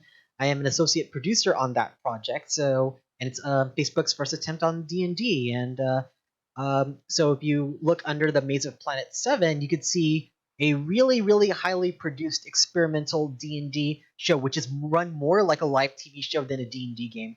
So those are Tuesdays and Thursdays at 7 p.m. Pacific Daylight Time. You could also find me on this channel here at Live Action Roleplay on the 14th. Will be my first of the Breaking Bard Shakespeare series, where we will do reads from a particular play. So I've directed and adapted a few select scenes from Romeo and Juliet and its 2021 adaptation, A LARP of Edgelords. So the actors will be performing the original Shakespeare, which I've directed them, and they'll also be doing the adaptation that I wrote. So that will be this Monday at 7 p.m. here on twitch.tv/liveactionroleplay. So thank you all my presenters. Thank you for joining us. Thank you to our Patreon subscribers. Thank you, Eric Jackson, for throwing bits and being enthusiastic. Thank you for the raid earlier to come in. If you like what we do, please follow. If you'd like to support, please subscribe. And we also have a Patreon where you can see all the behind the scenes. And until next time, we will see you later. Everyone, thank you. Bye-bye. Bye. Bye.